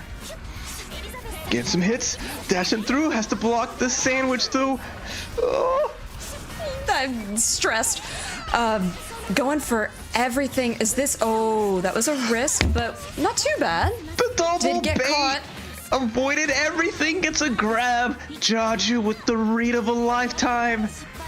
Yeah, ooh, went for a grab. Unfortunately, Yuzu was out of range. Activates resonance, so they've got to. Cax has got to play really carefully right now because. Trades. No, the reversal, the Hail Mary. Cax takes it 3-1. Cax takes it and gets to grand finals upper bracket side. Oh my gosh. Holy moly, that was. What incredible gameplay mindset from Cax. They just. So. At the end there, Jaju was playing at Yuzu's optimal range. It was incredible. And Cax, they were forcing Cax to come in towards them. And then all of a sudden when they were there, they risked it all on that reversal, and Cax didn't push a button and was able to take it. Well, let's see some more of that while I catch my breath. Check out just the craziness. You see Jaju, fearless on the attack, taking a good game one, despite losing the character first, but then afterwards, Cax just turns it up and wins 3 straight. Look at this position here. Mind Charge gets all the resources back. Now it's a 6-bar combo. Jeez. Yeah, that 6-bar combo, this is honestly insane. Like, look at the heat number and then look at the damage output that this did. 'Cause that's sick. That was on 2 characters as well. That's just even nuttier. And then you go into the final game where just Thanatos, Elizabeth Persona comes through in the clutch, but Jaju almost brought it back. Yeah, this was really incredible gameplay. So look, now that down to that Yuzu, and here is where they were going back and forth, where just that optimal Yuzu range, daring Cax to come in. The reversal, that was the risk of the match. Risk of your upper bracket life, and here we are, Cax sitting comfortably in the upper bracket grand final. Yeah, really good performance there, and has a chance to take a little bit of a break, relax, eat some food, and prepare for the final match. Before we get to that though, we're going to the lower bracket. We're gonna see who will advance between P-Blade and Haterino, who are fighting in the lower bracket semis. If they win, they will face Jaju in the lower bracket finals. So we have 3 more matches before we crown our EVO side tournament BlazBlue Cross Tag champion for EU. This feels like it's flying. It's actually been a considerable amount of time, but this has gone so quickly, and the caliber of gameplay that we're seeing coming out of EU has been. It's been breathtaking. Like, there are definitely times where I'm like, oh God, I can't breathe. I don't know what's happening. So let's see who will win. Who do you think are going to win? So vote with your channel points. See who is going to come out on top here. Voice your opinion between P-Blade or Haterino. Yeah, I want to know. I am really curious to see how both of these fare. We have 100%. for Haterino. It's either one person going all in or we have a big 50-50 split. Oh my goodness. I have not seen those kind of odds in a long time. But don't let it get to you if you're P-Blade, because you have the results to back you up. And I believe in you, my friend. I'm excited. It can go either way at this point, and we've seen everything. So I can't even make a good call about what might happen. No, I mean, Haterino, in the very, very first time we saw them, had Yumi Mitsuru, but has been sticking with the Yumi Adachi, who we're seeing now, has been doing very well for them. And then P-Blade with that Seth Hilda, but you guys really had Haterino for this one, so let's see how it goes. And I love those colors, by the way. The pink Adachi is clutch. It's my time! We are bringing out the hidden character, Mai Natsumi from BlazBlue, backing up Hilda here. And already Haterino in this corner. We saw the CC usage already, so not a lot of damage from that. So it's weaker resources on the side of P-Blade, but he has the full screen space. Yeah, that full screen space is it can be very, very helpful for Hilda. And Mai, not a character that we see as frequently, so there may be some character unfamiliarity. I think with Haterino, a player of their character or caliber is going to be able to counter some things, but they're definitely not playing with the same aggression that they were before. Yeah, they're just trying to navigate their way through. I'm really cool to see the strength of these Mai assists. She just thrusts forward from all the way back there and just keeps that ground. Basically, the ground's off limits. Oh, yeah, for sure. And then with their the spear mix-up potential, you could be blocking low and look out, that spear's coming from up high, so you got to pay really close attention to where things are coming from. Water the reversal, yeah, that stops all the momentum from Haterino's side. Okay. Super whiffs, and unfortunately, Adachi is active and available to be hit for a long time after that if it whiffs. I'm a big fan of that punish. That was really cool. Just using that Hilda assist and just getting a cool CC into the Mai. Mai stuck in the corner here. I like that up back. That was perfectly timed. Didn't get unblockable. And now we get a sandwich. Yeah, nice blocking there. Oh, as I say it, they get hit low, and loses the Yumi. Commentator curse. My bad, y'all. That delay to a low, so tricky. Anyone got hit. And then the Mai assist again, just the spear that would pierce the heavens. I love this team we're seeing from P-Blade, really switching it up, and just like it's interesting to see the strength of that assist, just how much it's done in this match. Yeah, it was interesting because in the matches that we've seen Haterino play previously, there was a lot of, if it wasn't assertive gameplay, it was aggressive gameplay. And Haterino really put the brakes on and was like, hang on, what do I do? There was a lot more blocking, a lot more trying to use those parry reversals from Adachi, but unfortunately was not working out well for them because they ended up getting countered on a lot of the choices that they made. Yeah, it was a little rough going. They're still navigating, getting some adjustments made, but we'll see what they can do. We can see a switch, another prime Hilda team, Hilda Teddy. We are committing to the zoning, but with a hint of side swap. Yeah, the Teddy's an interesting character. Throws out a lot of different items, and so you can see the his item meter by the bars at the bottom, but unfortunately isn't getting the chance to throw anything out because the pressure from P-Blade is so dominant right now. Yeah, that full screen pressure is strong. Has to burst just to get on Hilda, but it's not mattering. P-Blade's finding the hits, creating that space again, and getting this damage. Yeah, Haterino is... this is just so back and forth, but the Teddy is such an interesting choice. Yeah. I want to see it do more right now. We'll see. Like Teddy is great, like assist package. He's got like the Tomahawk missile that has a big explosion attached to it. He has a assist that side swaps pretty freely, and it makes it so you can create these really easy sandwiches and some good escapes for Hilda. Oh, no punish on the burst. Teddy back. Teddy's got some long range normals too. There's the bat, but it whiffs and gets punished. Ooh, swing and a miss. So Teddy, if they can get their pressure going, can be a game changer. But if not, there's the game-changing pressure right there. Look at all the air this is going to kill with the super. But the other thing is that if you don't get that pressure going, you're in some serious trouble.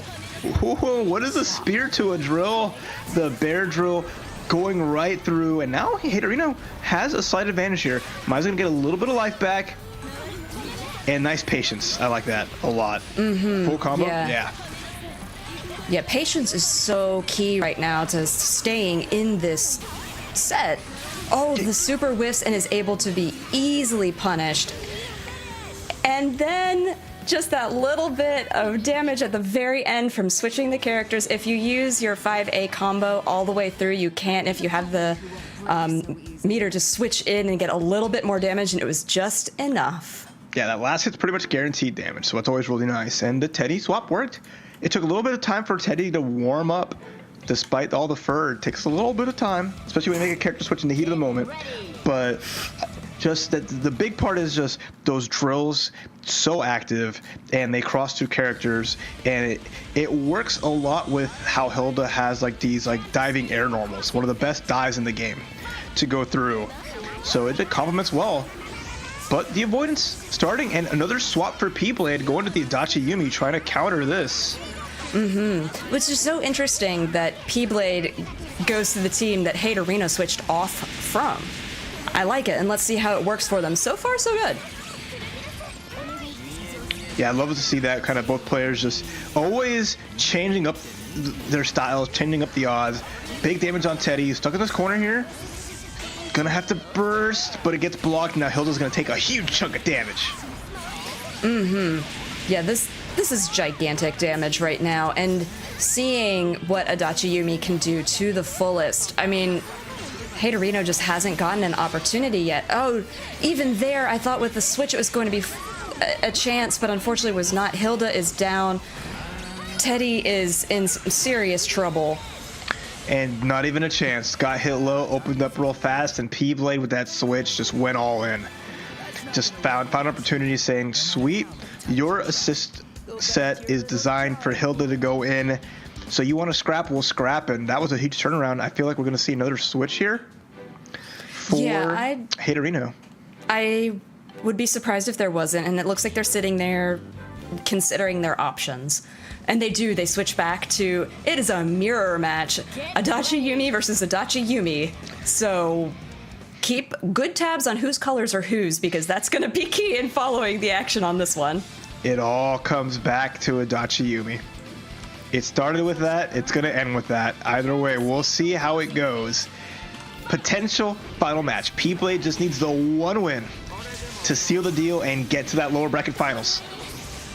Yeah, and already strong start for P-Blade, doing some serious damage onto Haterino's Adachi. Haterino using the pink colors and P-Blade using the more white colors, so hopefully can keep that a little bit better. Good reversal to keep the pressure in P-Blade's favor. Look at Yumi, she's in so much trouble.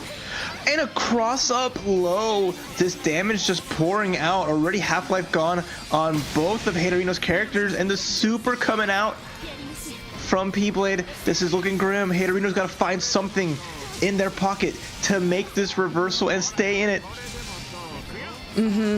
Yeah, oh, we're just throwing Zeos at each other. I dare you. Who's going to be the next Zeo? And then just they waited, both not shooting a beam. P-Blade acted first, but Haterino caught him out of the sky. I loved that. So Yumi now with the approach. Oh, used the reversal to kind of, that was hidden in the Zeo, but didn't get any more damage off of it. Snowbirds are everywhere right now. Everyone's got projectiles now. And both Yumis are hurting, but this is Haterino's chance. Slight advantage here. Yep. Oh, they tried to do the reverse. Oh, they did. They got it that time. So Haterino was able to get a little bit of damage. Oh, the Zeo catches both characters. This is huge for Haterino, because now just down to the solo Yumi. Well, Yumi gets a big hit, and in resonance, she can cancel all of this into the super. It's going to be big damage, and it's going to set up a safe jump. So now Haterino has to guess. It's gonna guess Atom Smasher, but the reversal will get through it, not even take any chip. That was so smart. Yeah, that was so smart. They were in such an advantage. Oh, just raw super? Sure, that's an answer. Hey, the power of resonance. You freeze the clock, you see what your opponent does, and now next hit wins. Oh, P-Blade is out of resonance and then is choosing to use their meter for snowbirds to create pressure. Gets hit with the reverser Haterino, bringing it 2-2. That was the perfect anti-air. It was... P-Blade was so high up in the air, I was scared that wasn't going to connect. But it might have been a jump C, landed right into it, because the jump C steals the corner for Yuumi. So that's why you saw Haterino's Yuumi turn around and just blow it up. And if that jump C would have came through, that could have spelled curtains for Haterino, but great presence of mind to go for this huge invincible anti-air. And now we're down to the finale, where we're again going to the team that started it all for P-Blade. The My Hilda. Oh my god, I love this. It's a smart choice. It countered the Adachi Yuumi in the first place. You know, honestly, P-Blade was in a really good position, because if they won with Adachi Yuumi, cool. If they didn't, they could go back to the team that was beating Haterino's Adachi Yuumi. That was like 5D chess right there. I just love it. We're back to where we started. After all is said and done, we have those original squads, but again, P-Blade showing why they picked this team in the first place. Yeah, I mean, look at that damage. That's insane. I mean, Haterino has to play completely differently, can't use that aggression, and they're just so much more thoughtful. And unfortunately, those thoughtful pauses are equating to getting hit. Yeah, and I love that P-Blade just staying back. Even with a character like Hilda or Mai that's known for swinging big and using that, using the spear to good effect, but just, I'm gonna chill. And it's working. Yeah, it is. It is working. And I think P-Blade is so much more in control of the tempo with these two characters, and it puts Haterino on the back foot, which we're seeing a lot of the things that Adachi would like to get going just being straight countered. Yeah, I mean, Adachi's not known for mobility, right? He's got some good range on his specials, but he's not going to get past that Mai assist on the ground. But finds a sandwich, has to burst. This is okay for Haterino, gets a switch up to Yuumi. And we're starting to get low on time. Yeah, we are. The time hasn't really been too much of a factor. Ooh, gets the quarter forward C special into Aerial Rave, into Super. This is a little bit more equal than it was. This is actually the closest we've had. Oh, gets the super from Maya. Dachi's down. She saw the anti-air. She jumped all in. Now here's the sandwiches. It's the last chance. Haterino gets out with the 5A. Are you kidding me? That was brave is really the best way that I can put it. So tries to go for a grab. Hilda just jumps out. Cross combo. Acta switches back to Mai. Ooh, Yuumi takes the corner with that JC that you had called out earlier. All the supers. Who's hit? Yumi's hit. Mai got hit too, but doesn't matter. Gonna finish it here. No, so Yuumi. But Mai has a lot of life. Yeah, and Rampage time is about to be a factor. That's the first Rampage time we're seeing in this tournament. Under 80 seconds, you build bar automatically, but no, that dive comes out, and P-Blade eliminates Haterino to make it to lower bracket finals. My Hilda taking 2 of those big wins. Oh my gosh, good stuff, P-Blade. That was some incredible gameplay, and they just were able to read the situations that Haterino was bringing so well. And again, just bringing back what I had said earlier, P-Blade was in such a good position character-wise to counter what Haterino could bring to that last game. Remember, this is coming off 100% in Haterino's favor. So yeah, if you said Haterino, it was P-Blade. And I love that Yuumi Adachi made it count. We had the mirror, but Haterino still won the mirror, and P-Blade's like, okay, that's fine. Let me go back to the star of the show, Mai and Hilda, and that worked out so well. I love the reaction from Haterino. That was so good. Yeah, that match was honestly, that one was crazy. That was so much fun to watch. But here we have the last one. We were down to the wire. Some really nice Yumi gameplay there with the super, but, you know, P-Blade had both those characters. We were just into Rampage time, and Mai came in clutch. So here we are taking a look at the bracket. CAC still sitting pretty in that upper bracket grand finals, but now we have the lower bracket grand finals between Jajuka and P-Blade, which I feel like this is going to be an explosive match. Yeah, we know what to expect. It's going to be the Yuzu Hilda team coming on the side of Jajuka. You know, they've stuck to their guns, as has Cax before them. But P-Blade is going to just, you know, look at their Rolodex of characters. Look at the whole screen, literally just sliding through what's my best option for this. Not afraid to change up what they do. And that is just paid dividends for them. So that's why I'm excited to see what they bring out against Jaju's team. Yeah, and coming off of a win like that, too, where they were able to, as you say, Rolodex through the characters and get a win off of it. I mean, I feel like that's really big for the momentum coming into this. Now, you know, I do want to say that Jaju does have in their pocket a Mitsuru, which we've not seen from them during this one, so probably going to stick to the Hilda Yuzu, like you said, but there is a possibility of an additional character counter depending on what P-Blade brings in. Mm-hmm.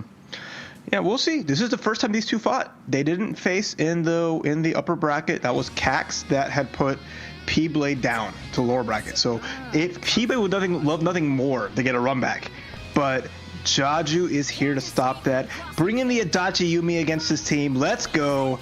Lower bracket finals. Yeah, this I feel like this is going to be, like I said, explosive and holy blocks. Oh, but the low comes out, finally pops P-Blade up into the air and able to get a little bit of damage. But now it's P-Blade's turn. Yeah, P-Blade with the air dash pressure right into the super to avoid the burst, cash out the damage. And now we just keep that pressure going, but the good push block gets out, and now we're back to mid-screen. Yeah, and this mid-screen is where you're going to see them a lot trying to open up their pressure. Now, does catch the Adachi with a super, doesn't have any more meter to, like, add to that, but does force the switch to Yumi now. I love seeing all of these snowbirds coming out now. They're using them a lot more liberally than they were before, just, I feel like, as a carryover from the previous set. And we're just seeing how far Jaju's going to avoid getting caught out, but he'll get sniped. Both characters that should be Yuzu going down. There's some bar here for a spin. Or one more mix. The yin and yang, those spins from Yumi can just be detrimental, and you can add more depending on if you have an assist character caught, or you can cut it early depending on the meter and how you want to use it. And they just really good awareness to know who was caught, how much damage you could do, how long you need those spins to go to just absolutely devastate your opponent. Devastating is for sure. Being cornered like that against the Yumi Adachi team. All of those jump Cs were cross-ups. All of those were forcing Hilda to block the other way, and there's just one too many. Couldn't get through it, and just the mix-ups coming in there where you think you're back to the corner, you just have to block one way. No, Yumi does not care. And P-Blade off to a great start, taking that first game win over Jaju. Yeah, but this is a great start for Jaju. Happy birthday, starting off with Yuzuriha and just assists, and homie, your characters are hurting. It's a good start. This is what you want to do, because once the momentum happens, nice punish. You cannot burst out of this because you use reversal. No bar really to finish it here, but the damage is going to be done. Yeah, damage done for sure. That's a great way to put it, because, I mean, even if there was the switch to put Yumi in the back, that's so much life to recover, and there's so much life you don't have to recover. So now P-Blade's still not really put out and is approaching, but gets caught, forced to burst, catches the reversal with the snowbirds. Smart. And then there's the 5A, one of the best moves in the game, an immediate EX overhead. Now it's down to Dutchy just getting slapped up. Oh my god, just gets grabbed. That's like... It's a little insulting. Just like, hey, you did. Get thrown. I just want to see, like, it was P-Blade just running at Hilda, maybe anticipating her to up back, maybe to backdash. I don't know, but the Jaju waking up, getting the snatch, and we're tied up 1-1. Yeah, it's always nice to see at least, everybody's got a point on the board, just because it hurts to see a 3-0, but Jaju's not letting that happen, and in the matches that we've seen Jaju win where there were 1-1, they have been able to take it. So they're starting this one off in a dominating fashion. This is actually almost identical to the previous round start. This is insane. All that damage on both characters. And then just finding the dash up low into elbow. I love elbow. Just elbow. Okay. There's that nasty cross-up from the jump C. Gonna cash out immediately, so don't burst. Very smart from P-Blade. Gonna get a lot of damage here. Knowing, you want to make sure you can get this guaranteed. You want to cancel the super as fast as possible if your opponent has the burst advantage. But Jaju turning that back around. Huge damage into a setup, but nice burst. Yeah, now Jaju is working with a lot of health. Well, but gets caught in this Adachi combo. P-Blade choosing not to resonance yet goes into it now where they thought they were safe and wouldn't get punished for it. Good blocking, but the sandwich situation does catch Adachi out. They have lots of meter on Jaju's side. This could... Oh, man. I was going to say they had super to kill, but they didn't need it. What smart play from that Yuzu-Riha combo. That was just a good old-fashioned Wild West shootout. You had Yuzu ready to draw. As soon as you saw any movement from Adachi tried to pull out the pistol, but Yuzu just too quick, showing that samurais over gunmen any day. Just the draw speed too strong. Oh my gosh! Now Jaju up 2-1. Yeah, that was crazy, and Yuzu does have incredibly long-range normals, and was able just to, catch the very edge of Adachi's character, and just could capitalize. It's like threads that they're being able to make full combos off of. So now this is Jaju's set point for the lower bracket finals. Let's see if P-Blade can make a comeback, or if Jaju takes it all the way to Grands. All right, here we go. Best start we've seen from P-Blade after those last two games. Getting some solid damage here, but now Hilda in her preferred space. It's got full screen. It's got resources, big chillin'. Yeah, okay. Does burst, tries to get some damage. Yumi went in for looks like she was going in for the quarterback A, but doesn't hit. So Yuzu was able to get a ton of damage. Active switches into Hilda to try and create pressure, and then back to Yuzu. Okay, nice blocks here. Jaju just waiting out the CC. Nice avoidance of everything, but gets hit by the EX. That EX is a projectile low launcher. It does it all. And if it hits, you go straight into Aerial Rave, which you can get some incredible partner combo off of as well. Yep, but now we have Adachi doing what Adachi does best, creating visual confusion and lots of damage, but Hilda does get a reject off, and now we're into P-Blade being sandwiched, and this could be in trouble for Yumi. Yeah, nice mix, and the Adachi gets caught too! Extra credit on Adachi. Yuzu, blade drawn, ready to slice. The reversal, Adachi gets out, and not worse for wear. No, that was actually a nice call. Everything is blocked, but the punish from Hilda whiffs. I think they wanted Adachi to fall a little bit faster, and now it's character even. Resonance comes in for Yuzu, and we're just playing full screen now. We saw this work out for 4. The whiff and the punish! P-Blade should be going down here. Tried to counter something from full screen. Doesn't work out. Jaju's gonna take the set. Yep, and that last hit of damage. Oh man, that animation is so sick. Oh, wonderful patience there. Jaju again. Sitting in their comfort zone, had that full screen distance just to draw their weapon and be prepared for anything. big risk from P-Blade. Tried to find something at the end there, despite bringing it back with a Dutchy. But with all said and done, P-Blade will finish third here at the EVO side tournament for BlazBlue Cross Tag Battle.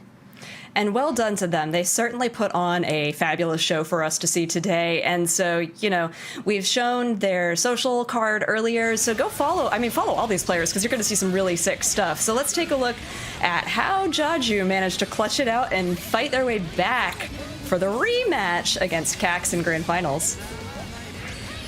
Yeah, just seeing more of that action, seeing how strong P-Blade started. But then again, all it takes is Jaju needs that one game to get the download, the understanding, and from there just dominated so well. Yeah, it was really dominant and calculated though. There were a couple of wild plays, but a lot of what Jaju brought, and you can see here, was cool, careful calculations that ended up being really damaging. The 3 C's of BBTAG looking good there. Typically we're used to the 5 C's of BBTAG, but we'll take 3 right now. Yeah, definitely take 3. And this, oh my goodness, look at this. So clean. And again, that animation that they did for Yuzu to kill in Resonance. And I just wanted to say this, but when they went 1-1, Jaju did manage to take it again. And that's another time that's happened. So here is the bracket as it stands right now. We are into Grand Finals for the BBTAG EVO side tournament. Yeah, and this is the run back from the upper bracket finals, but Cax has the advantage because they have not lost yet. It's going to take Jaju 3 wins to send Cax to the lower bracket where they will reset the match. And now let's look at these cards. 9 wins for Cax, hasn't lost a single thing. Had looked so dominating getting to here, right? This is their performance in the play-ins. Whereas Jaju had 3 losses, but still extremely solid win rates. Yeah, it's always hard to come from the lower bracket just because you had so many more games to fight. And, even just being in the fortunate comfort of our own homes, mental deterioration can happen and exhaustion can be a factor. But with Jaju coming off of such an incredible set of wins, I feel like they're really hyped for this right now. And Cax has gotten the opportunity to just kind of chill and watch and maybe observe more of Jaju's gameplay while they're sitting waiting for them in Grand Finals. Yeah, it's always going to be, I think, a little the advantage of the person that's just fresh off the match, right? But at the same time, you come in refreshed if you're on the upper bracket side. So it can dictate how it starts off. But typically after that first game, it's all from there. But the biggest thing is always to get that first win and put that confidence in yourself, no matter which part of the bracket you start from. Right, and you did mention that this is a double elimination bracket. So if Jaju wants to win, they have to win 3 games against Cax to reset the bracket because everybody's got to be in the lower bracket at least once. And here we go, Grand Finals, Cax 444 versus Jaju. I'm so excited. Let's go! Yeah, this is all for the big win on the EU side. There's still NA after this, but right now, our European champ, who will it be? First Blood goes to Jaju, starting things off. Jamming out to some Blitzkopf 2, one of the sick new songs. Well, new quotation marks. Right, and I love that they started off with that really dominant happy birthday combo that they'd been using in the previous ones. But Cax, homie got some rest because they are playing out of their mind, and Jaju doesn't have a character. I turned my back for a second, and Hilda just vacated the building. Too cool for this match, and what a setup, though. Jaju with the solo Yuzu. There's no burst available either. This should be Elizabeth going down. There it is. Oh my gosh, I thought Jaju was like, oh no, I've lost a character, what do I do? And then they were like, what do? I play Yuzu Riha, and now we're 1-1. 1v1 me right now. This will be interesting to see. That mid-range, the normals from Yuzu just going to excel over Aegis. Aegis can get in the air. If she can get a jump C, that can start something. But, oh my god! Oh no, they were the wrong way. I think maybe they anticipated Yuzu being on the other side, but that's going to be a huge opening for Jaju. Look at all the damage they did. Oh, that's dead damage. You're That dead. is big dead damage. That final jump beat at the end, the quick slash snipe, and brought that all back with solo Yuzuriha. Jaju with the first big win so far in this set, and that might set the tone for what to see here. That was crazy. I mean, you know, sometimes you take calculated risks, and honestly, it didn't seem like that button from Aegis was that risky. But with her facing the wrong side, just left herself wide open to a huge combo from Yuzuriha. Yeah, that's one of those unfortunate parts of like those normals like that. They have so long of an animation. All you see is they just going, oh, and then just blown up. Game 2. Jaju striking first blood here. They need a win 3 to reset, so that's a good start. But here comes Cax.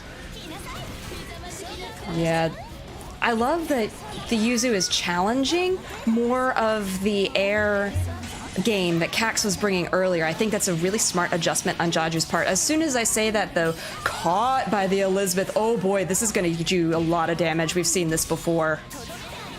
That's the power of Mind Charge. These Mind Charge combos uses 2-bar to get 5 at the risk of all Elizabeth's life, but that comes back in regems.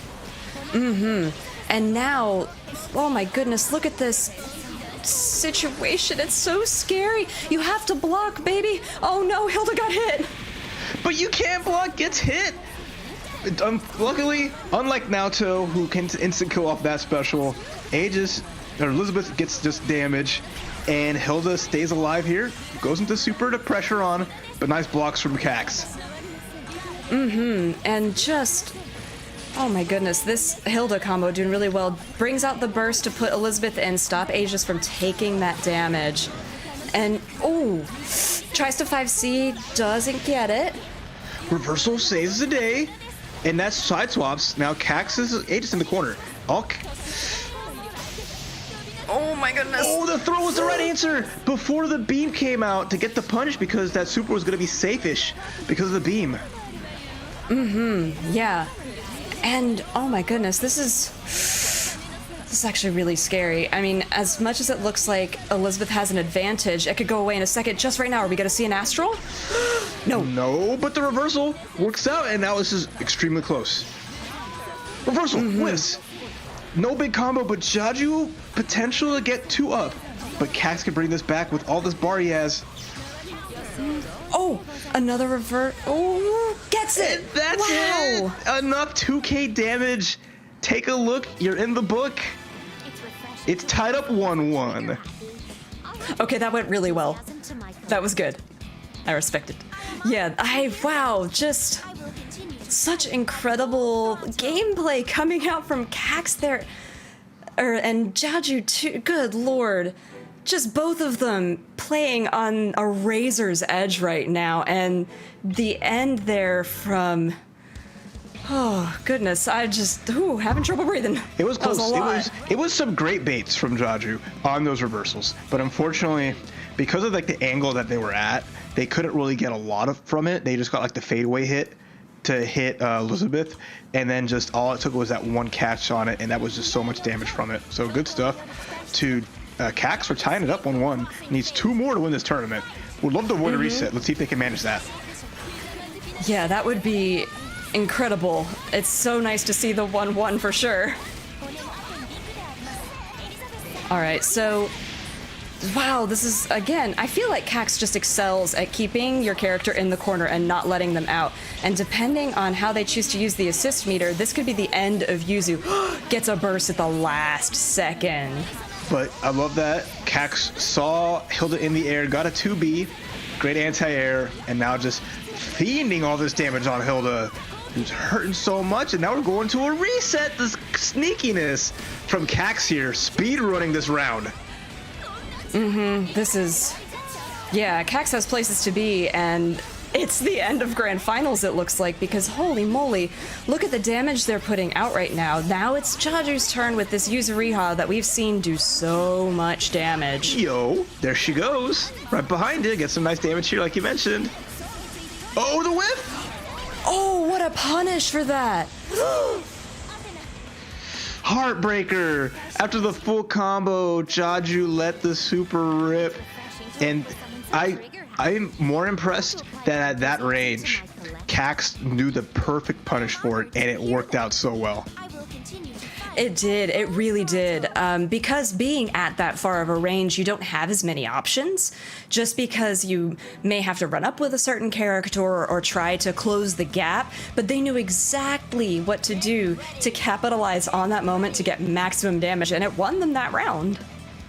Yeah, it was just immaculate from start to finish. So much damage came out, and just Cax doing what Cax does best, and that's just running you over. Looking unstoppable, one win away from being crowned your EVO side tournament EU champion. Yeah, let's go, because I feel like this is gonna be, like you said, either the win or a complete momentum shift. So we gotta keep our eyes peeled on this one, and Cax already starting in a dominating fashion.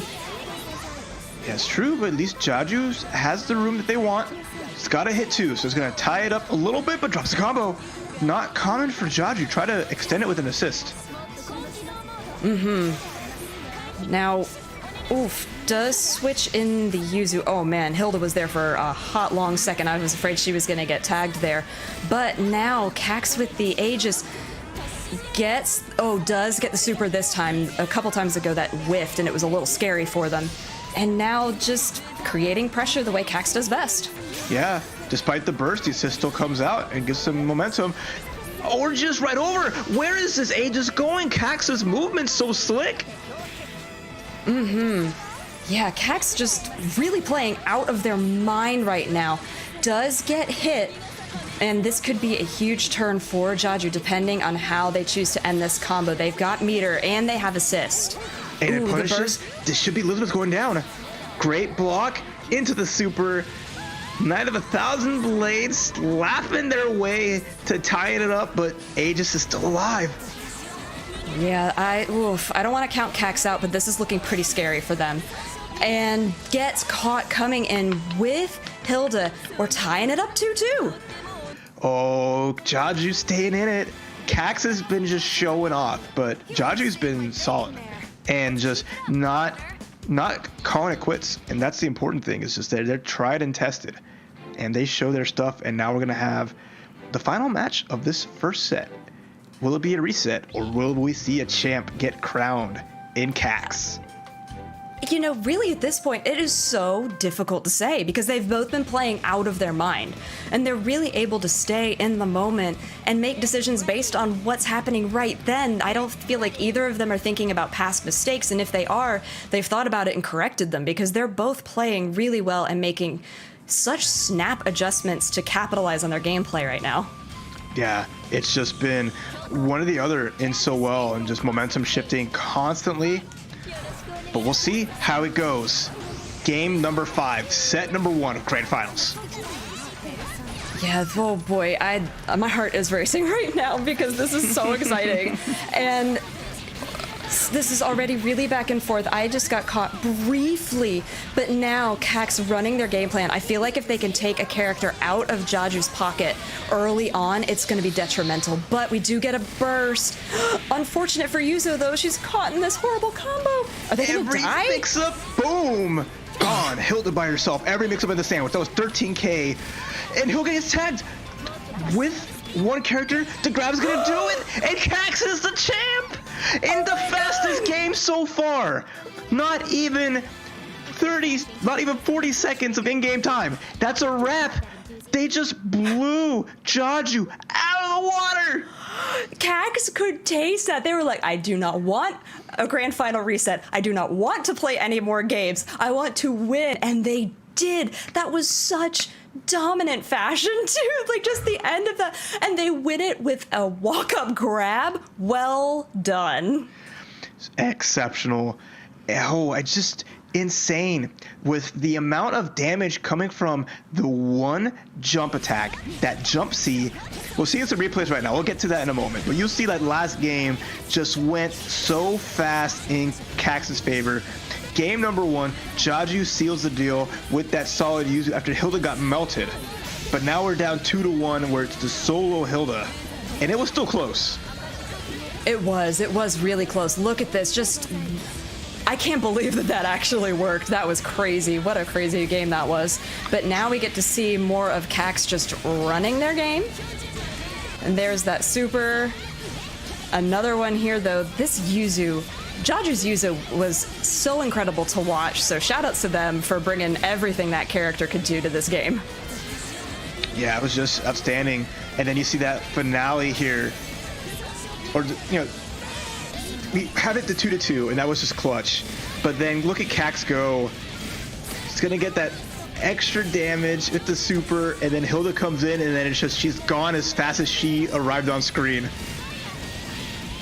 Yeah, and then here it is, just the grab, walk-up grab just to finish. And I love, too, that you could see at the end that just in case that didn't work, Cax had something else in Aegis's pocket to finish it. But here we go. Here is the bracket. We finished. We have an EU EVO Side Tournament champion for BBTAG in Cax. Coming in second is Jaju, and third is P-Blade. And if that wasn't enough, that is just the start of our day. But congrats to everyone who entered. That top 8 was ridiculous. But today we'll have more BlazBlue Cross Tag action. So starting at 2 p.m. Pacific Daylight Time, we'll have the NA side of things to crown our champ there. Tomorrow, July 27th, we'll have Grand Blue Fantasy Versus. And then a couple of days from then, you'll see some Under Night and Dragon Ball FighterZ action. All the anime games here for the EVO side tournaments. I'm excited to see who gets crowned champions for all these games. But definitely, I want to say BBTAG and from the EU has just been a spectacle. Each and every time I see their players go at it and see players like Cax and Jaju and the rest put on a show, there's nothing quite like EU BBTAG, and I love it every time. It was really spectacular gameplay that we got to see today, and shout outs to our entire top 8 for bringing in so many different characters and showcasing exactly what the EU can do. And if you, EU or NA, want to get involved, go ahead and go to compete.playstation.com and get involved with the action right now. There's tournaments open right now that you can register for free on the site, not just BBTAG, but for a myriad of other games that you can get involved with. Go check it out, because there are so many things that you can play, and maybe you can see your name on the top 8 next time. I would hope so. But for now, that was a wild ride for EU. What are any final thoughts on everything we saw today, Jalen, for the EU side of things? My final thoughts, that was incredible, honestly. Like, it was just so much fun to be able to see so many different characters, so many different game plans, and just so much exciting action that is honestly kind of specific to the EU region that we could showcase here today. And Cax really brought it with Elizabeth Aegis. What a cool team to be able to win this EVO side tournament with. So congrats to Cax. I couldn't have said it better myself. Thank you all so far for tuning in with us. Again, return back for the NA side of things. But for now, we will see you all later. For Jadelyn and myself, thank you all for staying up with us so far. But we'll see you soon for more EVO side tournament and BlazBlue Cross Tag action.